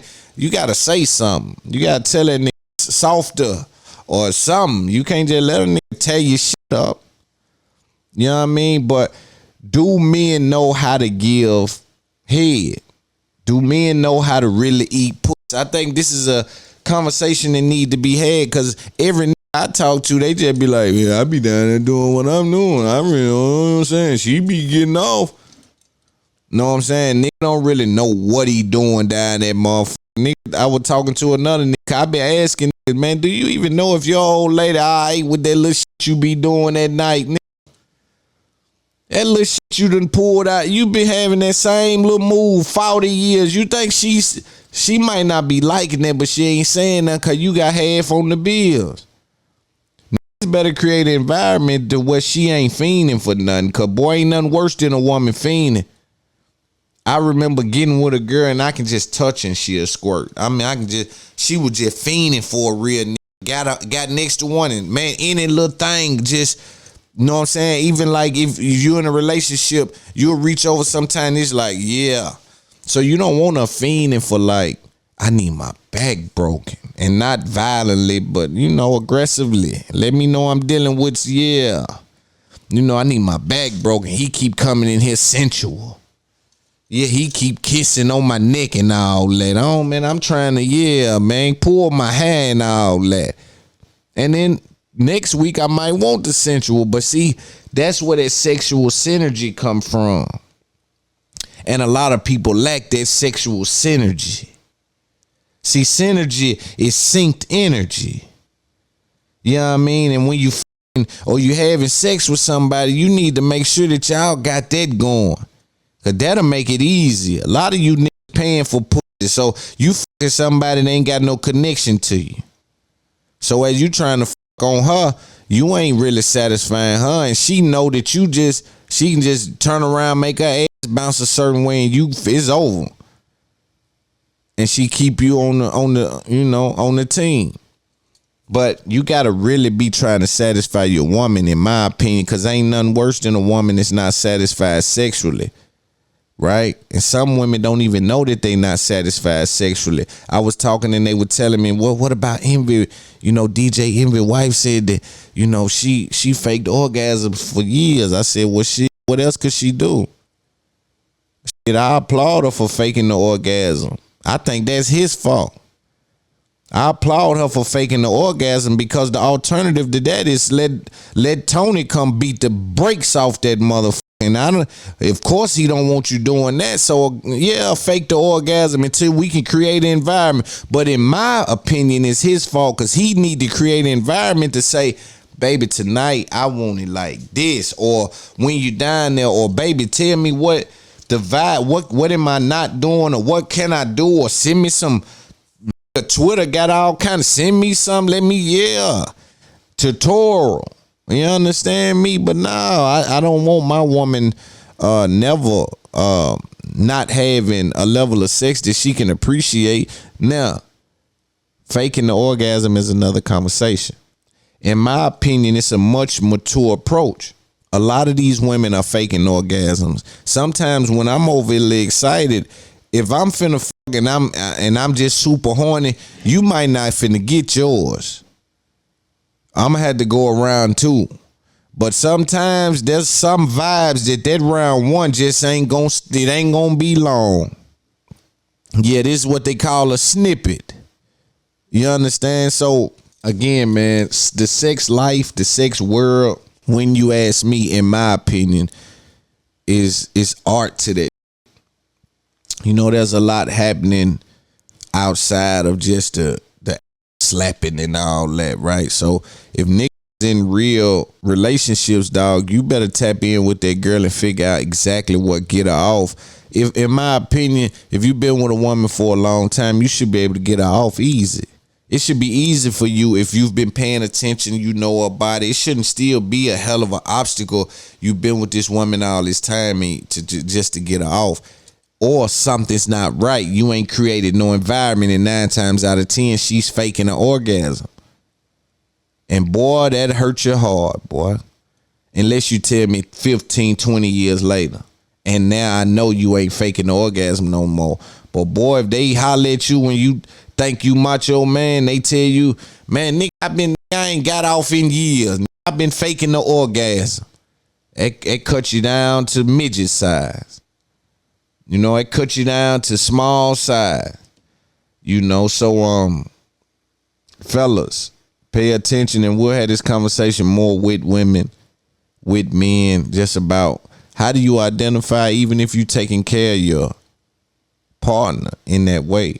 Like, cause sometimes in your head, like even in my head, when I'm fucking certain shit in my head, then I'm like, all right, now do this.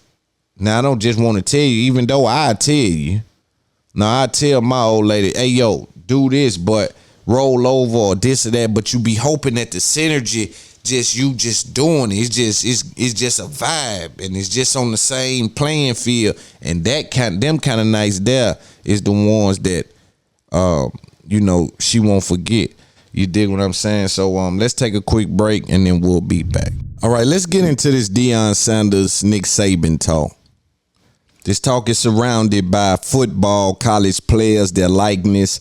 There's a term that they have created. Deion Sanders has been at the helm of our interpretation of what this means for our culture, for our young black boys just coming up out the ghetto, some of the most talented guys that ever graced the field, but maybe injury catches them on their last year of college. And so that promising career that they had, they no longer have to be lucrative for their family. On top of that, there's been a long talk about how much revenue has been made by these colleges, which is ran like corporations. So there's profit margins there off the backs of these athletes, right? So there's tickets being sold. There's concession stand open. I'm not sure if there's parking, there's merch, there's things. They would even get so bold to where they would have a game out or they have merch out with these guys' number, but not their name. Then I think they might have got savvy enough to make them sign over for their time there, their name, to where the college can even use some of these little dudes' names, right, in certain circumstances. But for the most part, it was a blank jersey, right, with a number. I'm number 26. I'm 240 pounds. The dude on the game is number 26, 240 pounds. I got little dreads that poke out my helmet. He got little dread, like, but that ain't me. I don't get no money off that. Them $79 each, that game. And that's just a game. Again, there's several things being sold and revenue being made on the backs of athletes. And this is what I tell you about innovation. Someone in that college structure couldn't have came up with what it is that dealt with the problem that we were facing. The innovation came from an outside source that came into that construct and restructured things. Identified an issue, identified that, hey, there's things we're missing, buttoned that up, presented it in a way that was undeniable. Again, the conversations were getting louder and louder about college guys being broke, barely affording lunch. You hear the stories from athletes, some of the most prime time guys, first round picks, second round picks, high draft picks, saying, hey, yo, I had trouble eating in college. Say, boy, I was stealing crab legs where they wasn't looking. But I was scoring 30 when it got time to cut the lights on, and it was so loud. And we understood that math wasn't mathing. But I always talk about how innovation is going to come from outside of the structure, because the current structure is doing those people great. The current structure is doing those colleges great. They're making a lot of money. They're not paying any out in regards to the athletes. right? They're selling out. They got a TV contract. There's a lot going on, man. Why would we innovate? It doesn't make sense. But someone that steps into that like, oh, y'all been doing podcasting wrong. You don't see this? Hey, go this way. Get him, go right there, plug that. Y'all didn't even see that. Fix the whole shit. But Nick Saban now has identified that he is no longer the pimp with the biggest hat. It's pimping going on in sports. It's pimping going on in entertainment. It's pimping. Everybody's pimping. And he's no longer the pimp with the biggest hat. You ever heard that saying, it ain't no fun when the rabbit got the gun? That what Nick Saban dealing with. And not saying anyone's doing anything wrong. I'm saying now we even the odds. This is why you see dudes drive 3-4 hours away to do destruction to elderly black people in a grocery store. It's because somewhere down the road he sees us even in the odds. And if we can just even the odds, then we take advantage. Because guess what? Because we started at a disadvantage, it developed our interpretation in a way that's light years ahead of you guys. You guys think flat. You guys have this weird flat way of thinking. You don't see things in a 3D way. You don't respect the future.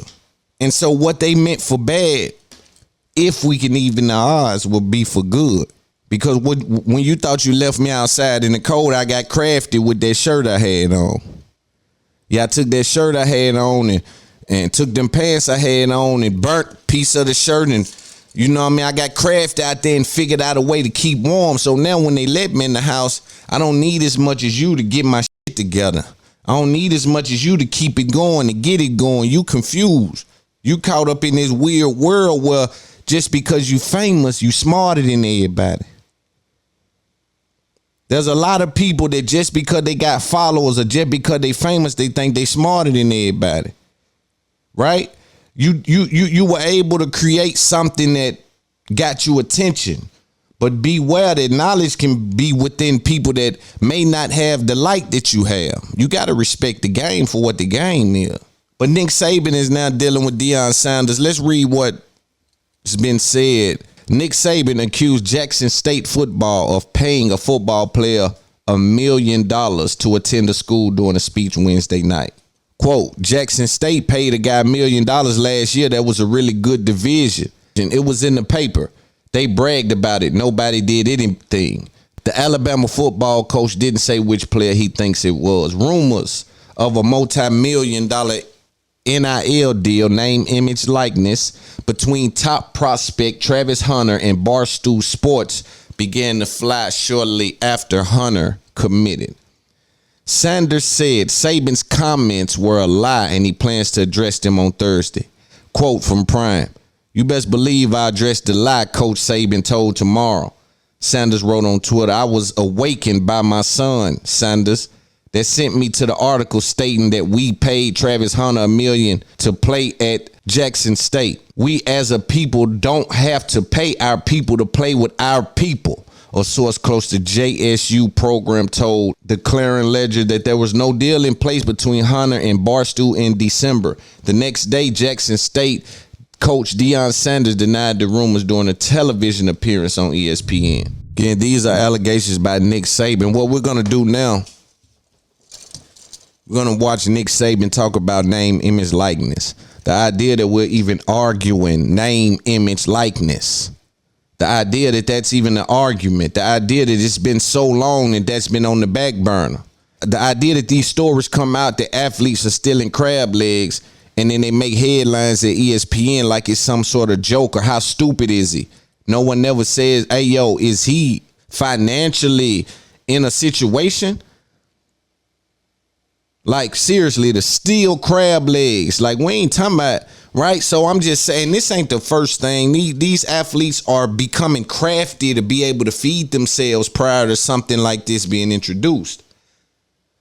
Especially if they ain't a high name. Just think about the guys that really are contributing to the team that have a chance to go pro, but may not be the LeBron, may not be the Chris Paul, may not be the number 1, number 2 pick that's gonna go. But them dudes is name, image, and likeness is also being capitalized off of in some kind of way. But there's no breakdown to be had. Let's listen to Nick Saban speak about it. Opportunity for themselves by doing it the right way. And I have no problem with that. And nobody had a problem on our team with that because the guys that got the money earned it.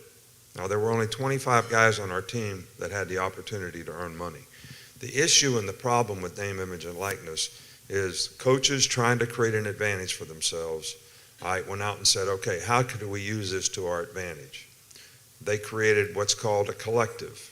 All right, a collective is an outside marketing agency that's not tied to the university, that's funded Are they speaking of Barstool Sports? From the university.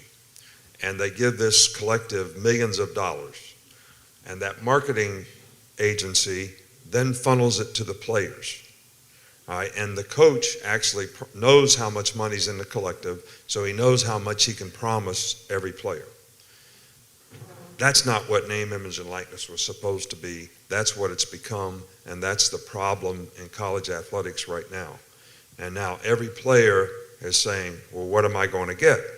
Well, my philosophy is my job is to create a platform for our players to create value for themselves and their future by becoming better people, by graduating from school and developing a career off the field. And making money, Mr. Saban. So basically, let's put some context around this and then we'll get back to what he's saying. He's saying that now players are coming to him saying, hey, what's in it for me?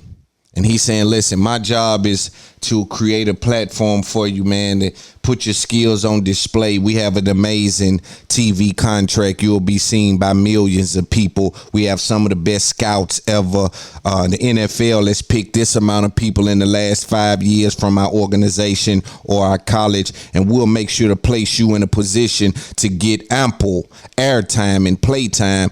And people are like, Okay, I hear you talking, and he continues to go down this road of the intangibles. He continues to head down this road of the intangibles. Meanwhile, the college is making money off the ticket sales. Meanwhile, the college is making money off whatever they're selling off the backs of the athletes. Now, especially if I'm coming as an athlete that's bringing something to the team. So basically, he's saying he's dealing with a mindset change. Athletes, pay attention to when the people ahead of you deal with a mindset change. Rappers, pay attention to what's happening with Deion Sanders. People in the entertainment business, pay attention to what's happening with Deion Sanders. Pay attention to what happens when the people ahead of you, when the people that's been sitting at the top of the mountain see you even coming up the mountain. They don't even know if you got the wherewithal to make it all the way up the mountain, but the idea that you're getting closer to competing, because who I have on my team speaks to the talent, but we need a game plan, and you know that better than anyone, Mr. Saban. All we just saying has been talent the whole time. Therefore, we can say, oh, everything that you want must be null and void. And I wouldn't disrespect the game and say something like that, but if we adopt that thinking and we travel down that road where the players on the team dictate the outcome without any respect for the game plan, that's a whole nother conversation. But what I think we're dealing with is the rabbit got the gun. And we're a little more crafty than Mr. Come From Money. Yeah, we figure out a way to make, we might throw cheese in our eggs. Yeah, we might throw, we might make an old omelet, you understand? We might throw fruited pebbles on the waffle, and you understand me? We get a little crafty with how we come up with some of these things, and they can't deal with you being crafty and you supposed to be up under them. Oh, it's uncomfortable with the people ahead of you that you a crafty little motherfucker. See, Deion Sanders in his position at Jackson State is a Swiss Army knife. He's the coach. He's the motivational speaker. He's the athlete that they respect. He's the Hall of Famer. He's the dude that break game down. He got game. He's connected to the culture. And he gonna talk to you like Unc talk to you. See, they got to deal with more than just the coach. That's uncomfortable. I know what they dealing with in podcasting with me. You got to deal more with than just somebody that's sitting there with the card. So, hey, I heard you got the new album out now. You got to deal with a little more flavor on it. Yeah, it got a little, yeah, this is smoked chicken here. Y'all been baking yours. You know what I mean? Got a little different flavor on it. And the people tend to, especially us, we are the driving force of football, of sports. We the driving force. This is prime. This is Deion. But again, he's speaking to the behavior of the athletes. Now they're coming saying, yo, what's in it for me? And the people that has everything in it for them don't like you asking, yo, what's in it for me, though? How dare you ask what's in it for you and we working the shit out of you? How dare you ask me what I'm going to get for coming to your multi-million-dollar a year college platform? Again, athletes and athletes to come have to thank the new people that's trying to adopt and create a new culture inside of sports. Just like the rap, just like our culture. We're trying to create a new thing to where our culture understands that we still us, but we trying to operate and function at a high level. Right? We don't want to play the little game. They had us in the trick bag. We come up out they had us doing a potato sack race. And they running. They treating it like a track meeting. They got us in the potato bag. We're trying to keep up with them running free with their free feet. And we trying to keep up now. We done come up out their trick bag and we trying to figure out some things. Let's listen to a little bit more what he said. And by seeing if they can develop a career on the field and play at the next level in the NFL. Our players have made $1.7 billion in the NFL since 2010. All right, so we've created a lot of opportunity. We also have one of the highest graduation rates, in college athletics. We have the most guys that graduate inside of 4 years. So we've done a good job of that. But now in recruiting, we have players in our state that grew up wanting to come to Alabama, that they won't commit to us unless we say we're going to give them what somebody else is going to give them. And my theory on that is everything that we've done in college athletics has always been equal. Your scholarship is equal. They get equal Alston money. They get equal cost of attendance. They get equal academic support. They get equal medical attention. Everything has always been equal. So I told our players, I said, we're going to have a collective, but everybody's going to get the same amount of opportunity from that collective. Now you can go earn however much you want. And I tell the recruits the same thing, because our job is not to buy you to come to school here. And I don't know how you manage your locker room, and I don't know if this is a sustainable model, because one of you folks are going to give some player that comes to our school a bunch of money to come to our school. And then you're going to come to the game in full strut, thinking, I'm going to tell everybody I got that guy to come to Alabama. And then he's not going to play, and he's going to transfer, and you're going to say, I'm never going to do this again. All right, so I don't know how it works. I don't know how you sustain a model like that. Now, I know that we're going to lose recruits because somebody else is going to be willing to pay them more. But name, image, and likeness is something that's here. And I think the more supporters that we have for the University of Alabama in all sports, that are willing to sponsor players, whatever you want to call it, use them in your business to help your business, that's going to help our programs. The thing that I fear is at some point in time, they're just going to say we're going to have to pay players. If we start paying players, we're going to have to eliminate sports. All right, and this is all bad for college sports.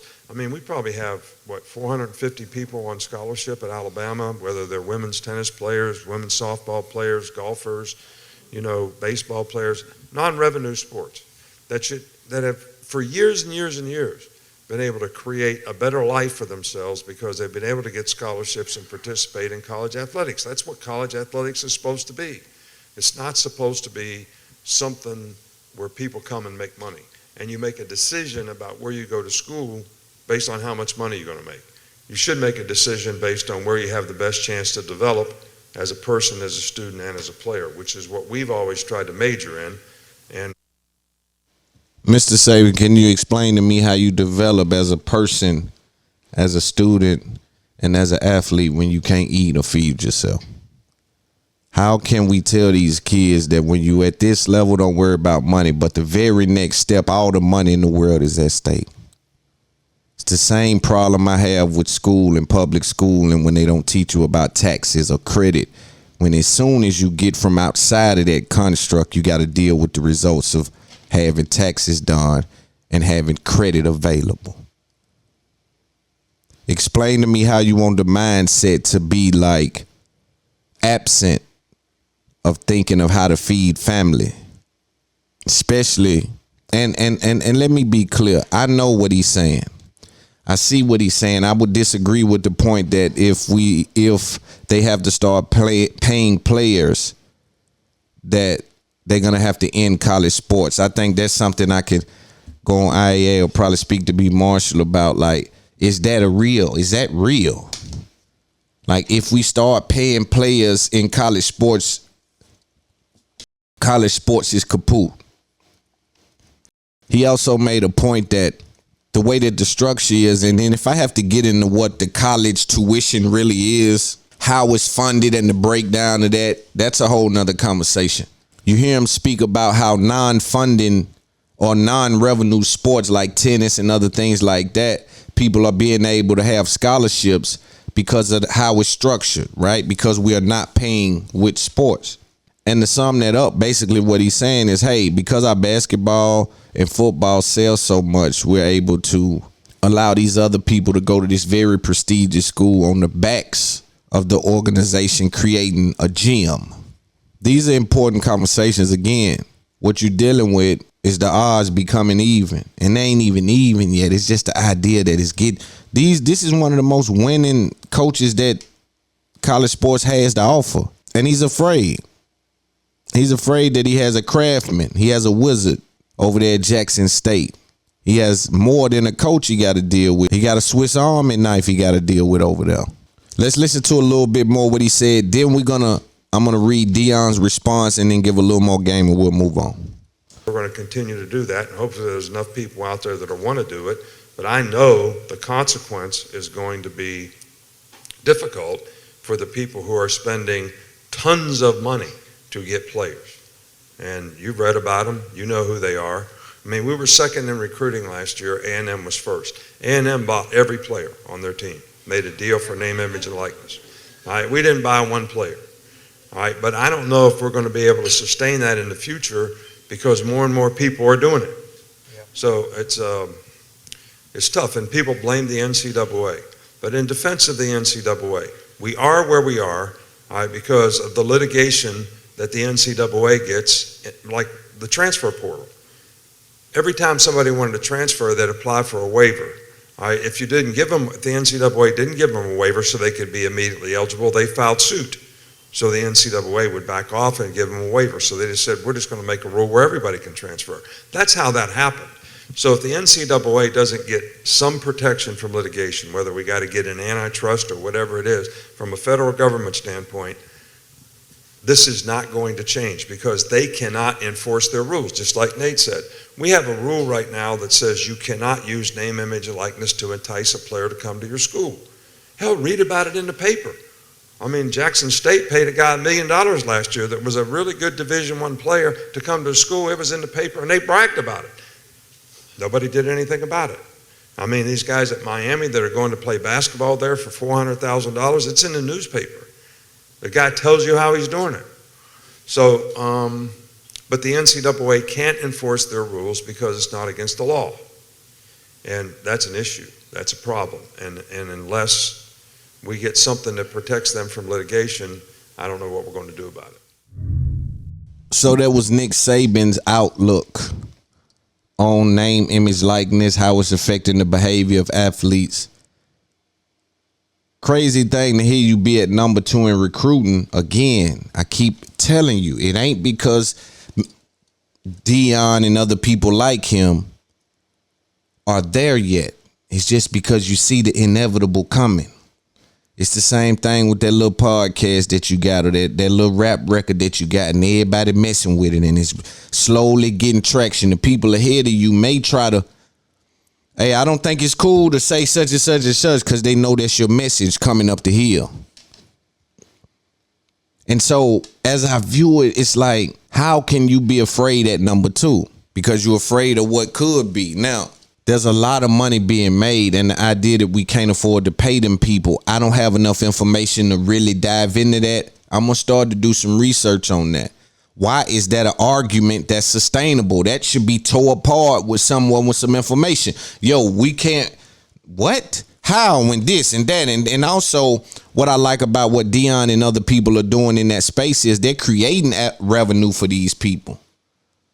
They ain't even tapping into the college shit. They creating other shit. Also, again, you're dealing with craftsmanship. And it's rough on him. But he alleged in that Deion paid the guy $1 million. Deion vehemently denies these rumors. Let's read what Deion said. Deion Sanders warns Nick Saban about the $1 million name, image, likeness accusations. I'm not the one you want to play with. Deion Sanders has a warning for Nick Saban and anyone else after the Alabama football coach accused Sanders of paying a player $1 million to attend Jackson State. Sanders said in an interview with Anscape that coaches wouldn't want him sharing what he knows about which college coaches are paying players. Quote from Prime Time, I don't even wear a watch and I know what time it is.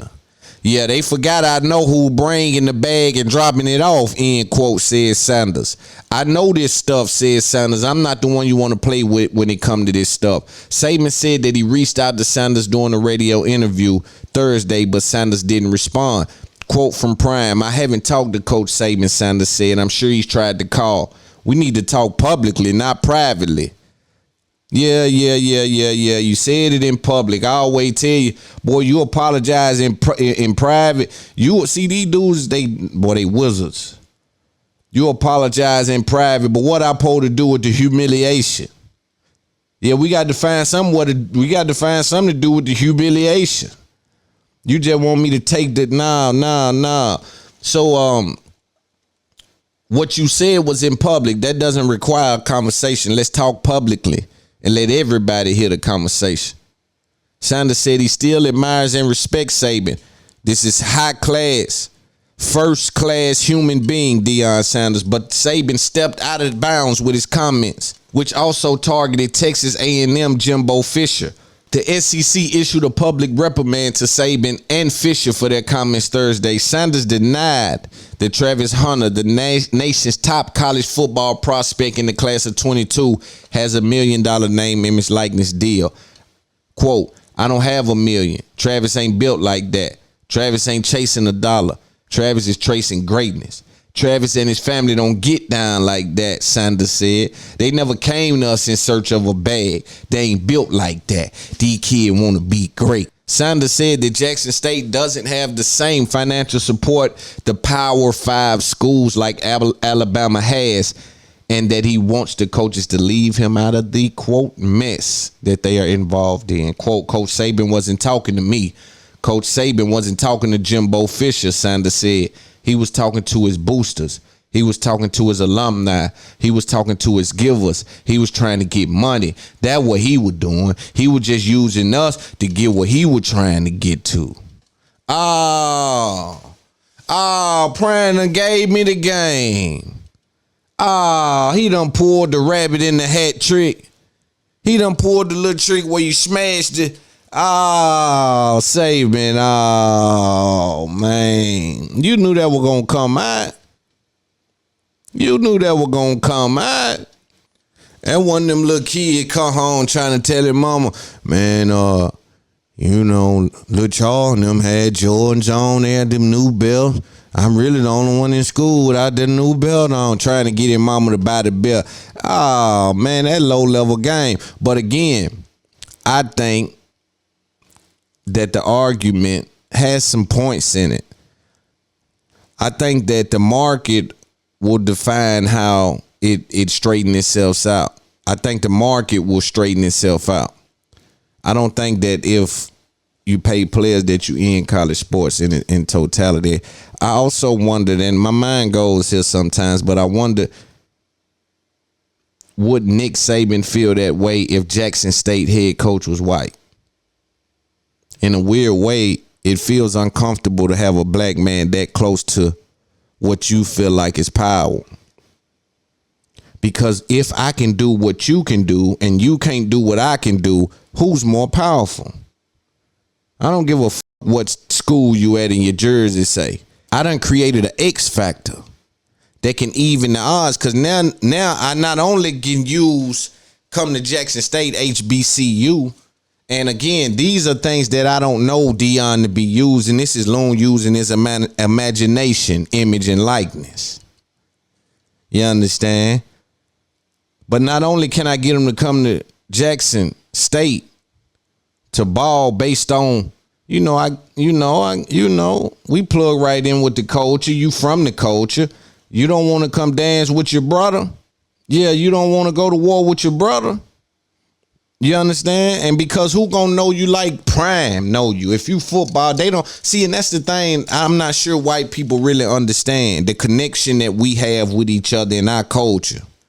Sometimes we have a deep connection and a deep reverence and love for people we never met based on what they did in front of us. Deion did something in sports that touched everyone, every black little boy that was watching. Some of these daddies told them about Deion, and they went and seen it in 21, 20, and 19, and they was impressed with what he was doing in the 90s. You understand? So what I'm saying is, he's someone in our culture that his culture equity is high. And that's the attribute that they not adding into the equation.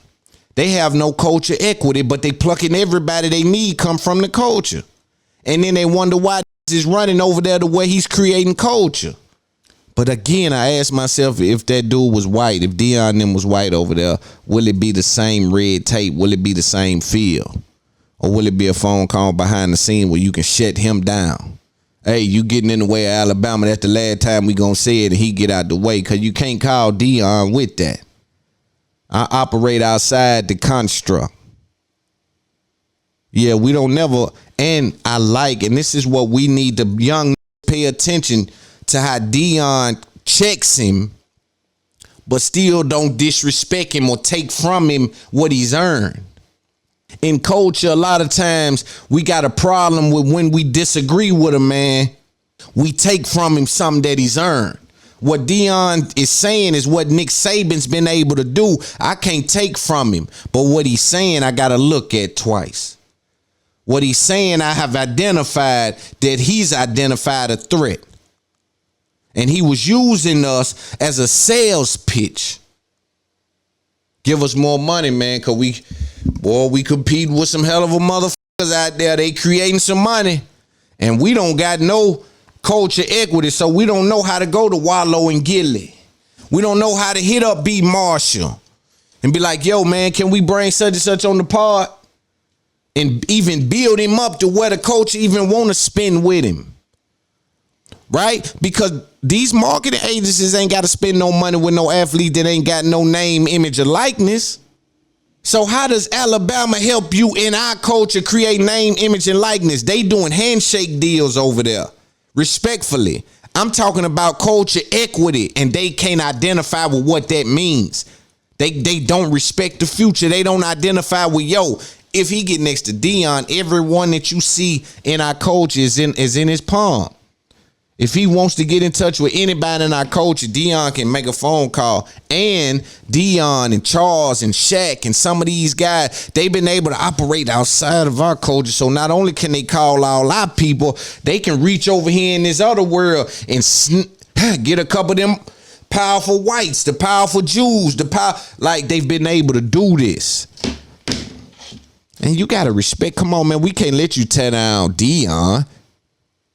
We can't let you paint Deion away just because the battlefield starting to look like we done got a tank now too. Before we started war and y'all showed up with the tanks and y'all thought it was just us on our feet with our little gun. But right before the war started, when we roll up with the same amount of tanks, now it's hold up, man, tanks. We need to get a count on tanks. Well, we didn't need to get a count on teams when the advantage. I see what we doing. But that's my outlook on that, man. Maybe I'll talk to some of my football guys about if they. I think there's a deep conversation to be had about that. If they pay college athletes, does that mean the end of sports? And the reason I think that that's deep is because if he's saying something like that, then just think about what that means. Because if college sports disappear, then what does the NFL pull from? I don't think the NFL would allow college sports to disappear, Mr. Saban. And you tell me, because this is your field. I'm just from the outside dealing with whatever limited understanding I have. I have a podcast, an audience to engage and information to provide them. And we're curious people on this side. But in my opinion, the NFL, the NBA, the NHL, these big billion-dollar organizations will not allow college sports to disappear because this is where they pull their talent from.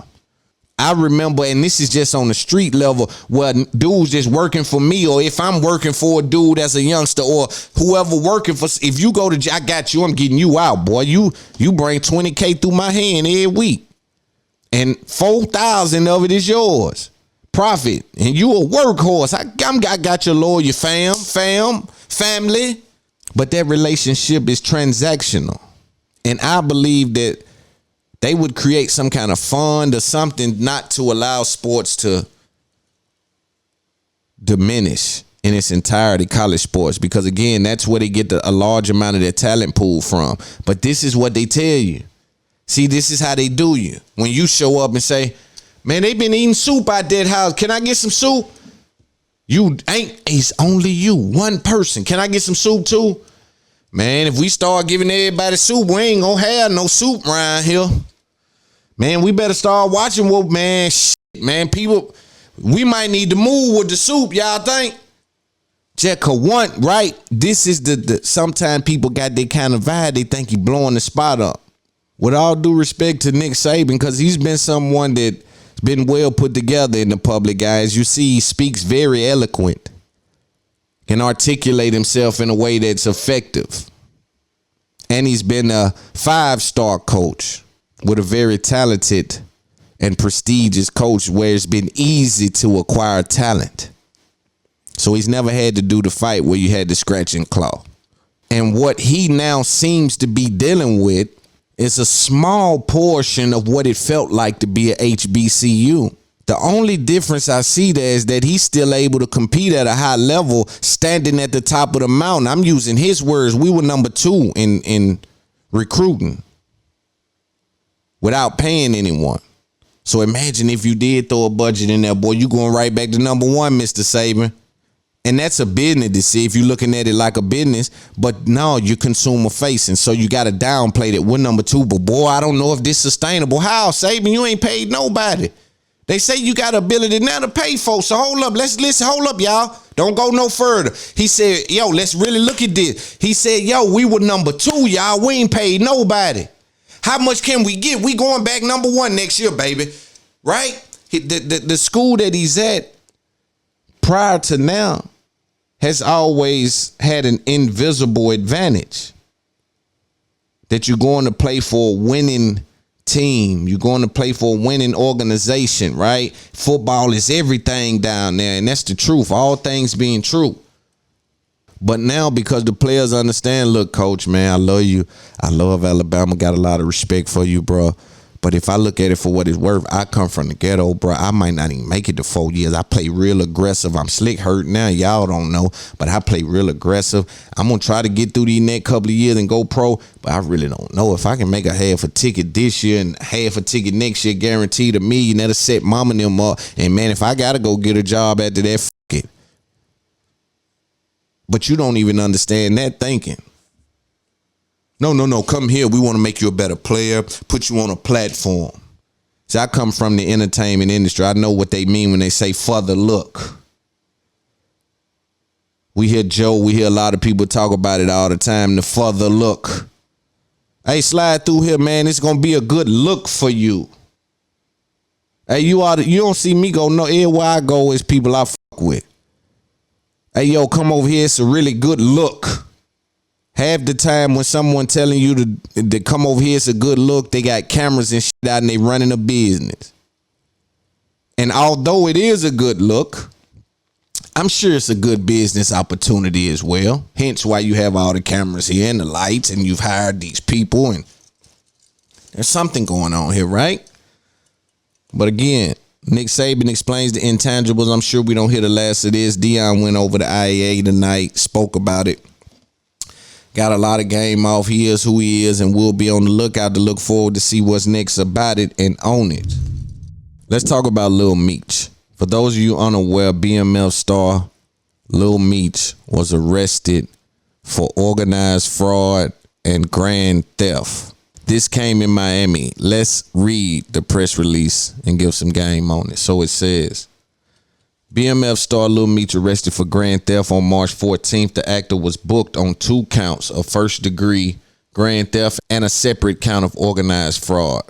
In a case of an actor taking their role too seriously, BMF star Lil Meech found himself in legal trouble after failing to make payment on a luxury watch. According to TMZ, back in February, the actor used his $80,000 platinum Rolex as a down payment on a $250,000 Richard Mille watch. However, he allegedly failed to pay the remaining $200K balance and never returned the watch.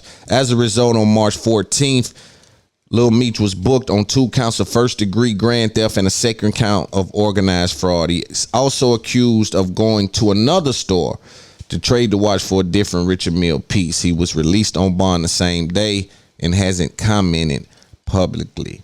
While it's true we don't know the full story yet, it seems weird to forget you owe someone that much. And these are opinions from The Root. All right? So again, I deal with the culture different from a lot of these guys. Lil Meech was arrested. I seen everybody say the feds got Lil Meech. It's over for him. They got him with the such and such charge and he gone for life like everybody else. 60 years, he gone. I said, boy, they did the same thing with 42. Boy, he said he was sovereignty. They did the same. They be doing that, bro. I don't know what be like. They just run out. The doctor said, yo, y'all go read a little bit of that shit. Ain't no way you understand your contract. You ain't read nothing. All these niggas talk the most dumb shit be in contracts. And I know they ain't read nothing, but this situation right here, again, glad to see that it wasn't something that the internet said it was, but it was a situation with a watch. Let me explain to people how this thing happens. All right. So Lil Meech allegedly from these people say that he got a watch on his name. Your face card is good when you got money. That's number one. When someone say you get something on your name, what they usually say to you as someone that shops with a high level jeweler, I've spent money with you before. So you know my money's straight. You ain't giving no watch to no ain't spent nothing with you. You ain't telling me little Johnny coming in there and you gonna give him an $80,000 Rolex. Let's set that to the side. Let's deal with the other side. Let's say he hasn't spent no money with you. That make the jeweler stupid. Why would you give someone that ain't spent $1 with you an $80,000 Rolex? I would think that'd be stupid. As a jeweler, how long you been in the game operating like that? That don't make sense. In my opinion, I'm only dealing with common sense. Right? So I would like to lean to the other side and say, okay, usually, because my jeweler, if I go say, yo, man, I want this watch, let me get that motherfucker. Because I done spent $70,000, he gonna say you good for it. But if another walk in that has never spent nothing from him and say, I don't care if you're a celebrity or not, you ain't spent nothing with me. You don't get no $80,000 watch and I don't know your credit line. I'm a jeweler. Nigga know how broke these rap niggas be and a lot of these be broke. As a jeweler, you know what be going on with niggas when they pull you to the side. Hey, I know I be put the SI, put a little bit of them SIs in there too now. How much, if you mix them up, how much you gonna charge me if you mix the VVS, the super clarities with the SIs in there too? What they call? Pull you to the jeweler know that. Cause the jeweler 9 times out of 10, cause it's on their name, right? So basically the jeweler's building their name on your budget. All right, so you come to a jeweler, he may be a nigga that can't afford $100,000 necklace, but because you want one and he can charge you $100, he gonna try to put the best quality diamond, the best look on it, because on your budget, I'm a real in them other niggas. So I'm saying, when they see you got the chain on, it looks super duper clarity booming. Now I get to charge them, so he gonna instantly come to you with the VV clarity price. He's the best he can go get because his name is on it. But now if you start to drill him down, that's when you deal with it. But again, when I first heard that, I said, now how do you get a watch for $80K and I ain't never spent none with you? I don't see that being the case. So there had to been a relationship there at some point where it went awry. I'm not sure. What the misunderstanding is, I'm not sure. Move on from that. What they say is taking place is he went and got the $80,000 platinum Rolex on his face card. Took the $80,000 platinum Rolex down to another jeweler, traded that in for a Richard Mille that was $250, and took 8 off that Richard Mille. So now I owe maybe $150 or whatever the extras is right there. So I'm saying, so he took that watch and used it as a down payment, is what they saying. Now let me let you know that a lot of these jewelers communicate, even though a lot of them don't like each other. I don't know how that jeweler even knew about that transaction and wasn't just worried about his 80. I don't even know how that communication happened, because I think one was up in New Jersey or something and one was down in Miami. I just don't know how that even conversation happened. Nonetheless, it happened. So they go behind and hit the feds up. Them folk called the feds, man. These the jewelers y'all niggas taking $300,000 and $400,000 to. These folk could call the feds on y'all. You know what I'm saying? These folk probably, a lot of them probably cooperating with the police. Street nigga coming in there, man. What he spend? He spent 70. Here's his receipt.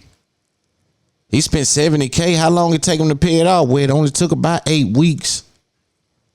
Ain't no way he supposed to be there. Let's put some money laundry on him. Because I come from where long time ago they would go up to the car lot. How many cars they buy? What they put down? And they would use that to get niggas before niggas knew that they were paying attention to how many cars was in your name and just that kind of game. So I'm knowing that it's game on that side that I may not know about. But again, they say he trades it in and they call the feds. Now the jeweler comes out and tweets this. BMF star Lil Meech busted for stealing $250K Richard Mille watch. Javiano Jewelers is a family business. You cannot trade a watch that wasn't paid for to another jeweler and take the next jeweler watch and not pay them as well. We all work hard for our money and do clean business. We reached out many a times, but you ignore. If someone owed you $200K, would you let that slide? We put our blood, sweat, and tears into making this business successful. We came from the bottom. Nah, nobody said let it slide, but calling the feds may be a little too much. Wouldn't you agree, Mr. Jeweler, that deal with all the rap dudes that could or could not have people around them that don't want to deal with the feds? Wouldn't you agree, Mr. Jeweler, that reaching out to the federal government about someone that could or could not be involved with people who could or could not be involved with people that would not want to be involved with people that's involved with the feds, Mr. Jeweler? To think, Mr. Jeweler, that the same people that just took Young Thug off the streets, that we want the person that we buy our jewelry from calling them about a misunderstanding. You take our money, you deal with our circumstances. Don't give nobody nothing. No, we know what credit is in the city. Like, if you do credit and take it, you handle that some kind of way. Yo, bro, let's straighten that. Let's work that off. Let's figure something out. But you don't call no motherfucker federal government. But again, I know these dudes are civilians and they doing business. They're what I tell our culture. Watch what you doing, because the family talk, and I'm giving you this on consignment. My brother, consign, yeah, it's 80K. Don't worry. Big Meech, Lil Meech, you everything. Don't worry. All love. I got you, man. All love. It's all that when you right there, because our culture bleeds money. If I sold to watch the Meech and Lil Uzi and this dude and that dude and Lil Baby and that person, there, now the street is running with his bag and they triple taxing him. But again, I just hate to see the culture report things like the misreporting that happened when Lil Meech was arrested. And also, I want the culture to be aware that just because they operate inside the culture doesn't mean that they come from inside of culture. We know we ain't calling no federal government. I don't care what he owe me. We ain't calling the federal government. Now, if it's company on company, and that's how they viewing you, but they ain't talking to you like it's company on company. That's why I try to say, even when I was talking to Derez now about this game and how they use certain words, because they talking to you company to company, and you like, man, I love with y'all, man. I look at y'all like family. What y'all doing this coach, and they like, yeah, for sure, man. We look at you the same way, bro. And it's like you taking that and digesting that, and they meaning that from a company standpoint, like this company, that company, as long as that company still brings the value that that company brings, because it's business at the end of the day. I hated to see this, but again, we'll keep our eyes open on the outlook of it. Let's listen to this Cassidy freestyle, man. For those of you unaware, Cassidy is a rapper. He had some songs back in the day. He's now been inserted back in the battle rap, and he used to be a guy that had amazing punchlines. It seemed like he got stuck somewhere in time. All the wrist yellow like a bumblebee's, and all that is that's what it used to be, not what it is. Know what I mean? But he's a wizard with that kind of thing. It's just it no longer connects. I think I seen a couple of clips of this freestyle, and I wanted to watch it. I haven't seen it, so you're watching this in real time with me, and we're going to deal with whatever this is that he's bringing to the culture. He's been saw doing some of the strangest things the culture has saw him doing quite some time. I mean, he's made some of the worst beats I've heard, but he's a hell of a rapper, man. Something is happening, though. I don't know. He's operating in this other dimension, and he be kicking it like it's still fire. That's what be funny. He kicking it with like it's still hidden. And like, damn, okay. Wrist yellow like a bumblebee, huh? If I see a with some yellow diamonds, I'm gonna smack the shit out of him. I don't want to see no motherfucking yellow diamonds, nigga. Unless it's just some kind of piece that it makes sense, but no nigga showing up with no whole bunch of yellow diamonds on his wrist. Nah, he need to get out my section. Matter of fact, get out the city I'm in. Let's listen to a little bit of this Cassidy freestyle and see what he got going. I go by the name of Cassidy, man. That's right. The one and only. Yo, understand, like I said, man, this is really like, we really do this shit for hip hop. The fans that's in here, I want y'all to know how much we appreciate y'all. The rappers that's in here, understand, hip hop been trying to push this shit out. Like we trying to keep this thing alive. That's every day we done drove across the country. We done took flights to capture these moments for y'all to watch these epic freestyles, these epic verses. These are not just verses. These are like curated episodes where we come to your city. Right now, like it's a room. This feel good for this me. Real. Listen, he is expecting greatness because he's curating the moment. And I just want to be clear with my audience. When you hear one of these rappers or hear one of these podcasts or interview dudes go in that bag right there, he think a moment is coming. The real thing. Yes, I don't want to talk we brought it to your TV, your home and all that. Now we're gonna start inviting you with us, man, so you can vibe with us. Let's get into these bars, listen, man. You already know what time. DJ, you want put a beat up and drop that, my boy. The legend, go at it. Okay. It's a crowd in here, man. It's like we about to battle rap or something. Y'all got somebody about to jump out like, I said. When it's up there, shout out to Lil Vic on the beat too. That's a fact. Yeah. Bars on I-95, man. Get it. And bars is on here. You already know how it go. Listen. When it's up there podcast.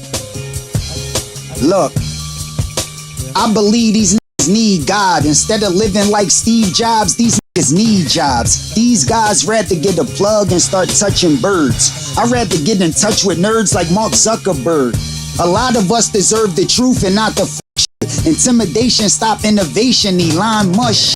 Too much tricks, manipulation, and filthy. Instead of like Big Meech, you could be like Bill Gates. Real cake don't come from when you deal weight. To inform the public, I'm trying to get it like Warren Buffett. Collect pesos, the black Jeff Bezos. Hey, those who got billions like Ye don't play with Dracos. Facts. Hey, yo, stop that beat, man. I with the beat a little bit, but I think I heard it different when I was prepared for it. I don't really like that beat for what I'm about to say. But listen, man, I told these niggas, it's lonely at the top, but when you at the top, you don't need a loan.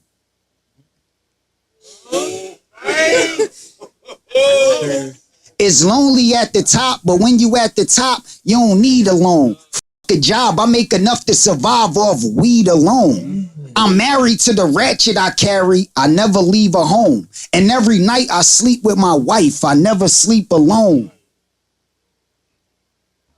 I'm married to the ratchet I carry. I never leave a home. And every night I sleep with my wife.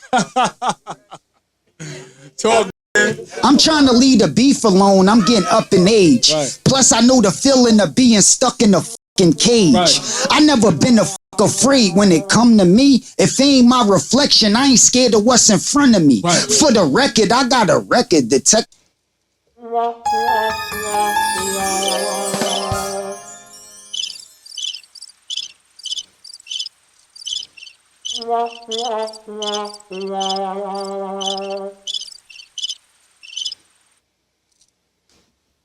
Wanted me. I started as an artist and started a record company. Humbly. But ops cannot admit I'm the GOAT. Round negativity, I took an optimistic approach. One of my hitters got rich then went broke. Started to hit cigarettes dipped in wet and got the sniff in the coke. I grabbed the presidential before I got permission to vote. Got balls high before guys got prescriptions to smoke. You mad at your baby mom. You cannot cap me cause that thought not happy till she got this in her throat. If you hit the that I smoke, you got permission to choke. Listen, I wrote hits with Kiss, got wild with the Ghost. I ball cause I got to sit with the coach. But listen, Cass took a business class. What they got you sitting in, coach? You not in position to joke. You seen the Oscars, you watched it, right? Well, I will smack you with the Smith. Don't get rocked tonight. I got my wife filled with bald head. She on cock tonight. You might hear a few claps like Randy Watson when he dropped the mic. You seen that Eddie movie, Goofy? You watched it, right? I won't leave no prints on a semi if you get tonight. My plug be coming to America with blocks of white. Twice a month and said in like a month, he gonna drop the price. I could stop your life if you don't pay me. Hey, get shot every day, B. See, it won't stop the night. I got a knife and it's big as hell. I could peel your skin, then you can get a shell. Potato and lobster night. I punch a lot like Earl Spence. Did you watch the fight? Well, I do it big and you guys get stopped in fights. I could box, I'm nice, but I be trying not to fight. When I punch, I do it like Buster did it in Rock a Mike. Get left for trying to copycat. I got the copyright instead of trying to copyright for stick slip hockey fight. He said he paid Poppy Price and made a pie run. A liar die, he gonna be lying still, telling lies dumb. I wrote this bank scheme sitting outside one. I know a cat that never rapped but scheming to rob one. I slung pills like GNC. In my loud be the smoking, you could bust open a PNC. It ain't nothing but G and me. I grip a gun and let it spit before he get the run like DMC. He better hope an EMT is in the area so he could get a loan from the Blood Bank of America. I had to bank on the fact that I rap superior, but I was broke and couldn't wait to home improve. So I bought weight home from school. You got Chase home from school. You was doing your homework and I was bringing homework. I blew at home first. Tell my city thanks. Cause I'm the punchline king and I done battled all through the city banks. I still feel that a snitch lame. I never deal with pigs and ain't change but piggy banks. I played the field but wasn't trying to score a TD. I pushed the rock, I put that on my son, CP3. For GP, I come with bars, yo. We all know you could get what you wish, so if the wishing wells fall, go. I'm a star, bro. You an actual bum, it's a rap for you. If you ain't talking about no Capital One, I could introduce your face to the back of the gun. I'm the truest. I rap about what I actually done. I clap a drum, you gon' instantly think. The stick draw It'll make a withdrawal from your memory bank. The clip tall, if I let it clip off them damn heaters, probably give you amnesia, wipe your memory blank. I've been woke, no energy drink. You put cologne on your body and get bodied, you gon' instantly stink. Ew. I've been real with straight hitters, but these fake never been real like outer space pictures. I could break your face, crush your fucking nose, or punch you in your gut, make it look like you trying to touch your toes. I with drinking codeine straight. After I they be stuck with the dope fiend face. Off the dog food my whole team ate. I hustle, got it from the muscle, no steroids or protein shakes. Talk. It was hard. Wait, the coke Caucasian, the dope look melanated. I got it in when I got the wind crook celebrated. I took it and elevated. And I don't owe nobody loot. Right. I dreamed about the future, woke up in the new Bugatti coupe. Right. My shooters are probably shoot and squeeze like a bodysuit. You could die. So that's his freestyle. Again, you want to hear the rest. He cut the beat off and did his thing. It wasn't, like I said, it was cool, man. Like, I can tell he getting into that battle rap bag. He's more focused on without the beat. He's more focused on performance and making sure that the words come out a certain way. Like, he's on his battle and he started that way, no beat. You know, he was one of them dudes that kind of got hot with no beat, and then he was so hot with no beat, you know, battling niggas that they went in Swiss Beats went and said, yo, let me get a piece of that. Let's get it in and put him on some big records. So again, shout out Cassidy. I want to see that. Go see it. Fastest growing podcast. You know who it is, man. Big Loon. I just and you know, in closing, I want to speak about being put in position or trying to purchase a position. Certain times you can purchase a position, but it's painfully obvious that you don't have the characteristics that it takes to stand strong in that position. It's just like a woman that parade around like a wife, like a girlfriend, when that's not how she really operates. Or even a black dude parade around like a gangster when that's not how he operates. Or he parade around like a white man when that's not what he is, right? You can behave like what you want to behave like, but you are what you are. And in this game and podcasting, right, I travel the world. And right now I can feel the pressure. There's pressure happening. I'm my biggest critic. There's things I have to do, you know, in my interview approach, in my podcast approach, in my content approach, in almost every area I already see where I would like to take it. But there's pressure on being able to execute when all of the eyeballs that are watching you are influential in the checks that are coming your way. But me, I trust the game. I put everything I got on everything I know every time. There ain't gonna be a circumstance where I'm gonna go against what it is I know. I've put the work in, so how can I deny what I've done? How stupid of me to be in a situation to look at everything I put in and get nothing from that. Instead, a lot of people, especially content creators, they have a blind belief in these corporations and these companies to activate or to mature their brand in a way where that brand becomes lucrative. I understand in this game that everybody's fighting for eyeballs. Your job is to figure out how to get eyeballs. But while you're doing that, see, that's the job when you talk to the business. Creators hear me well. You got to be doing two things. Everyone that's mega successful played the long game. You got to play the long game in this space.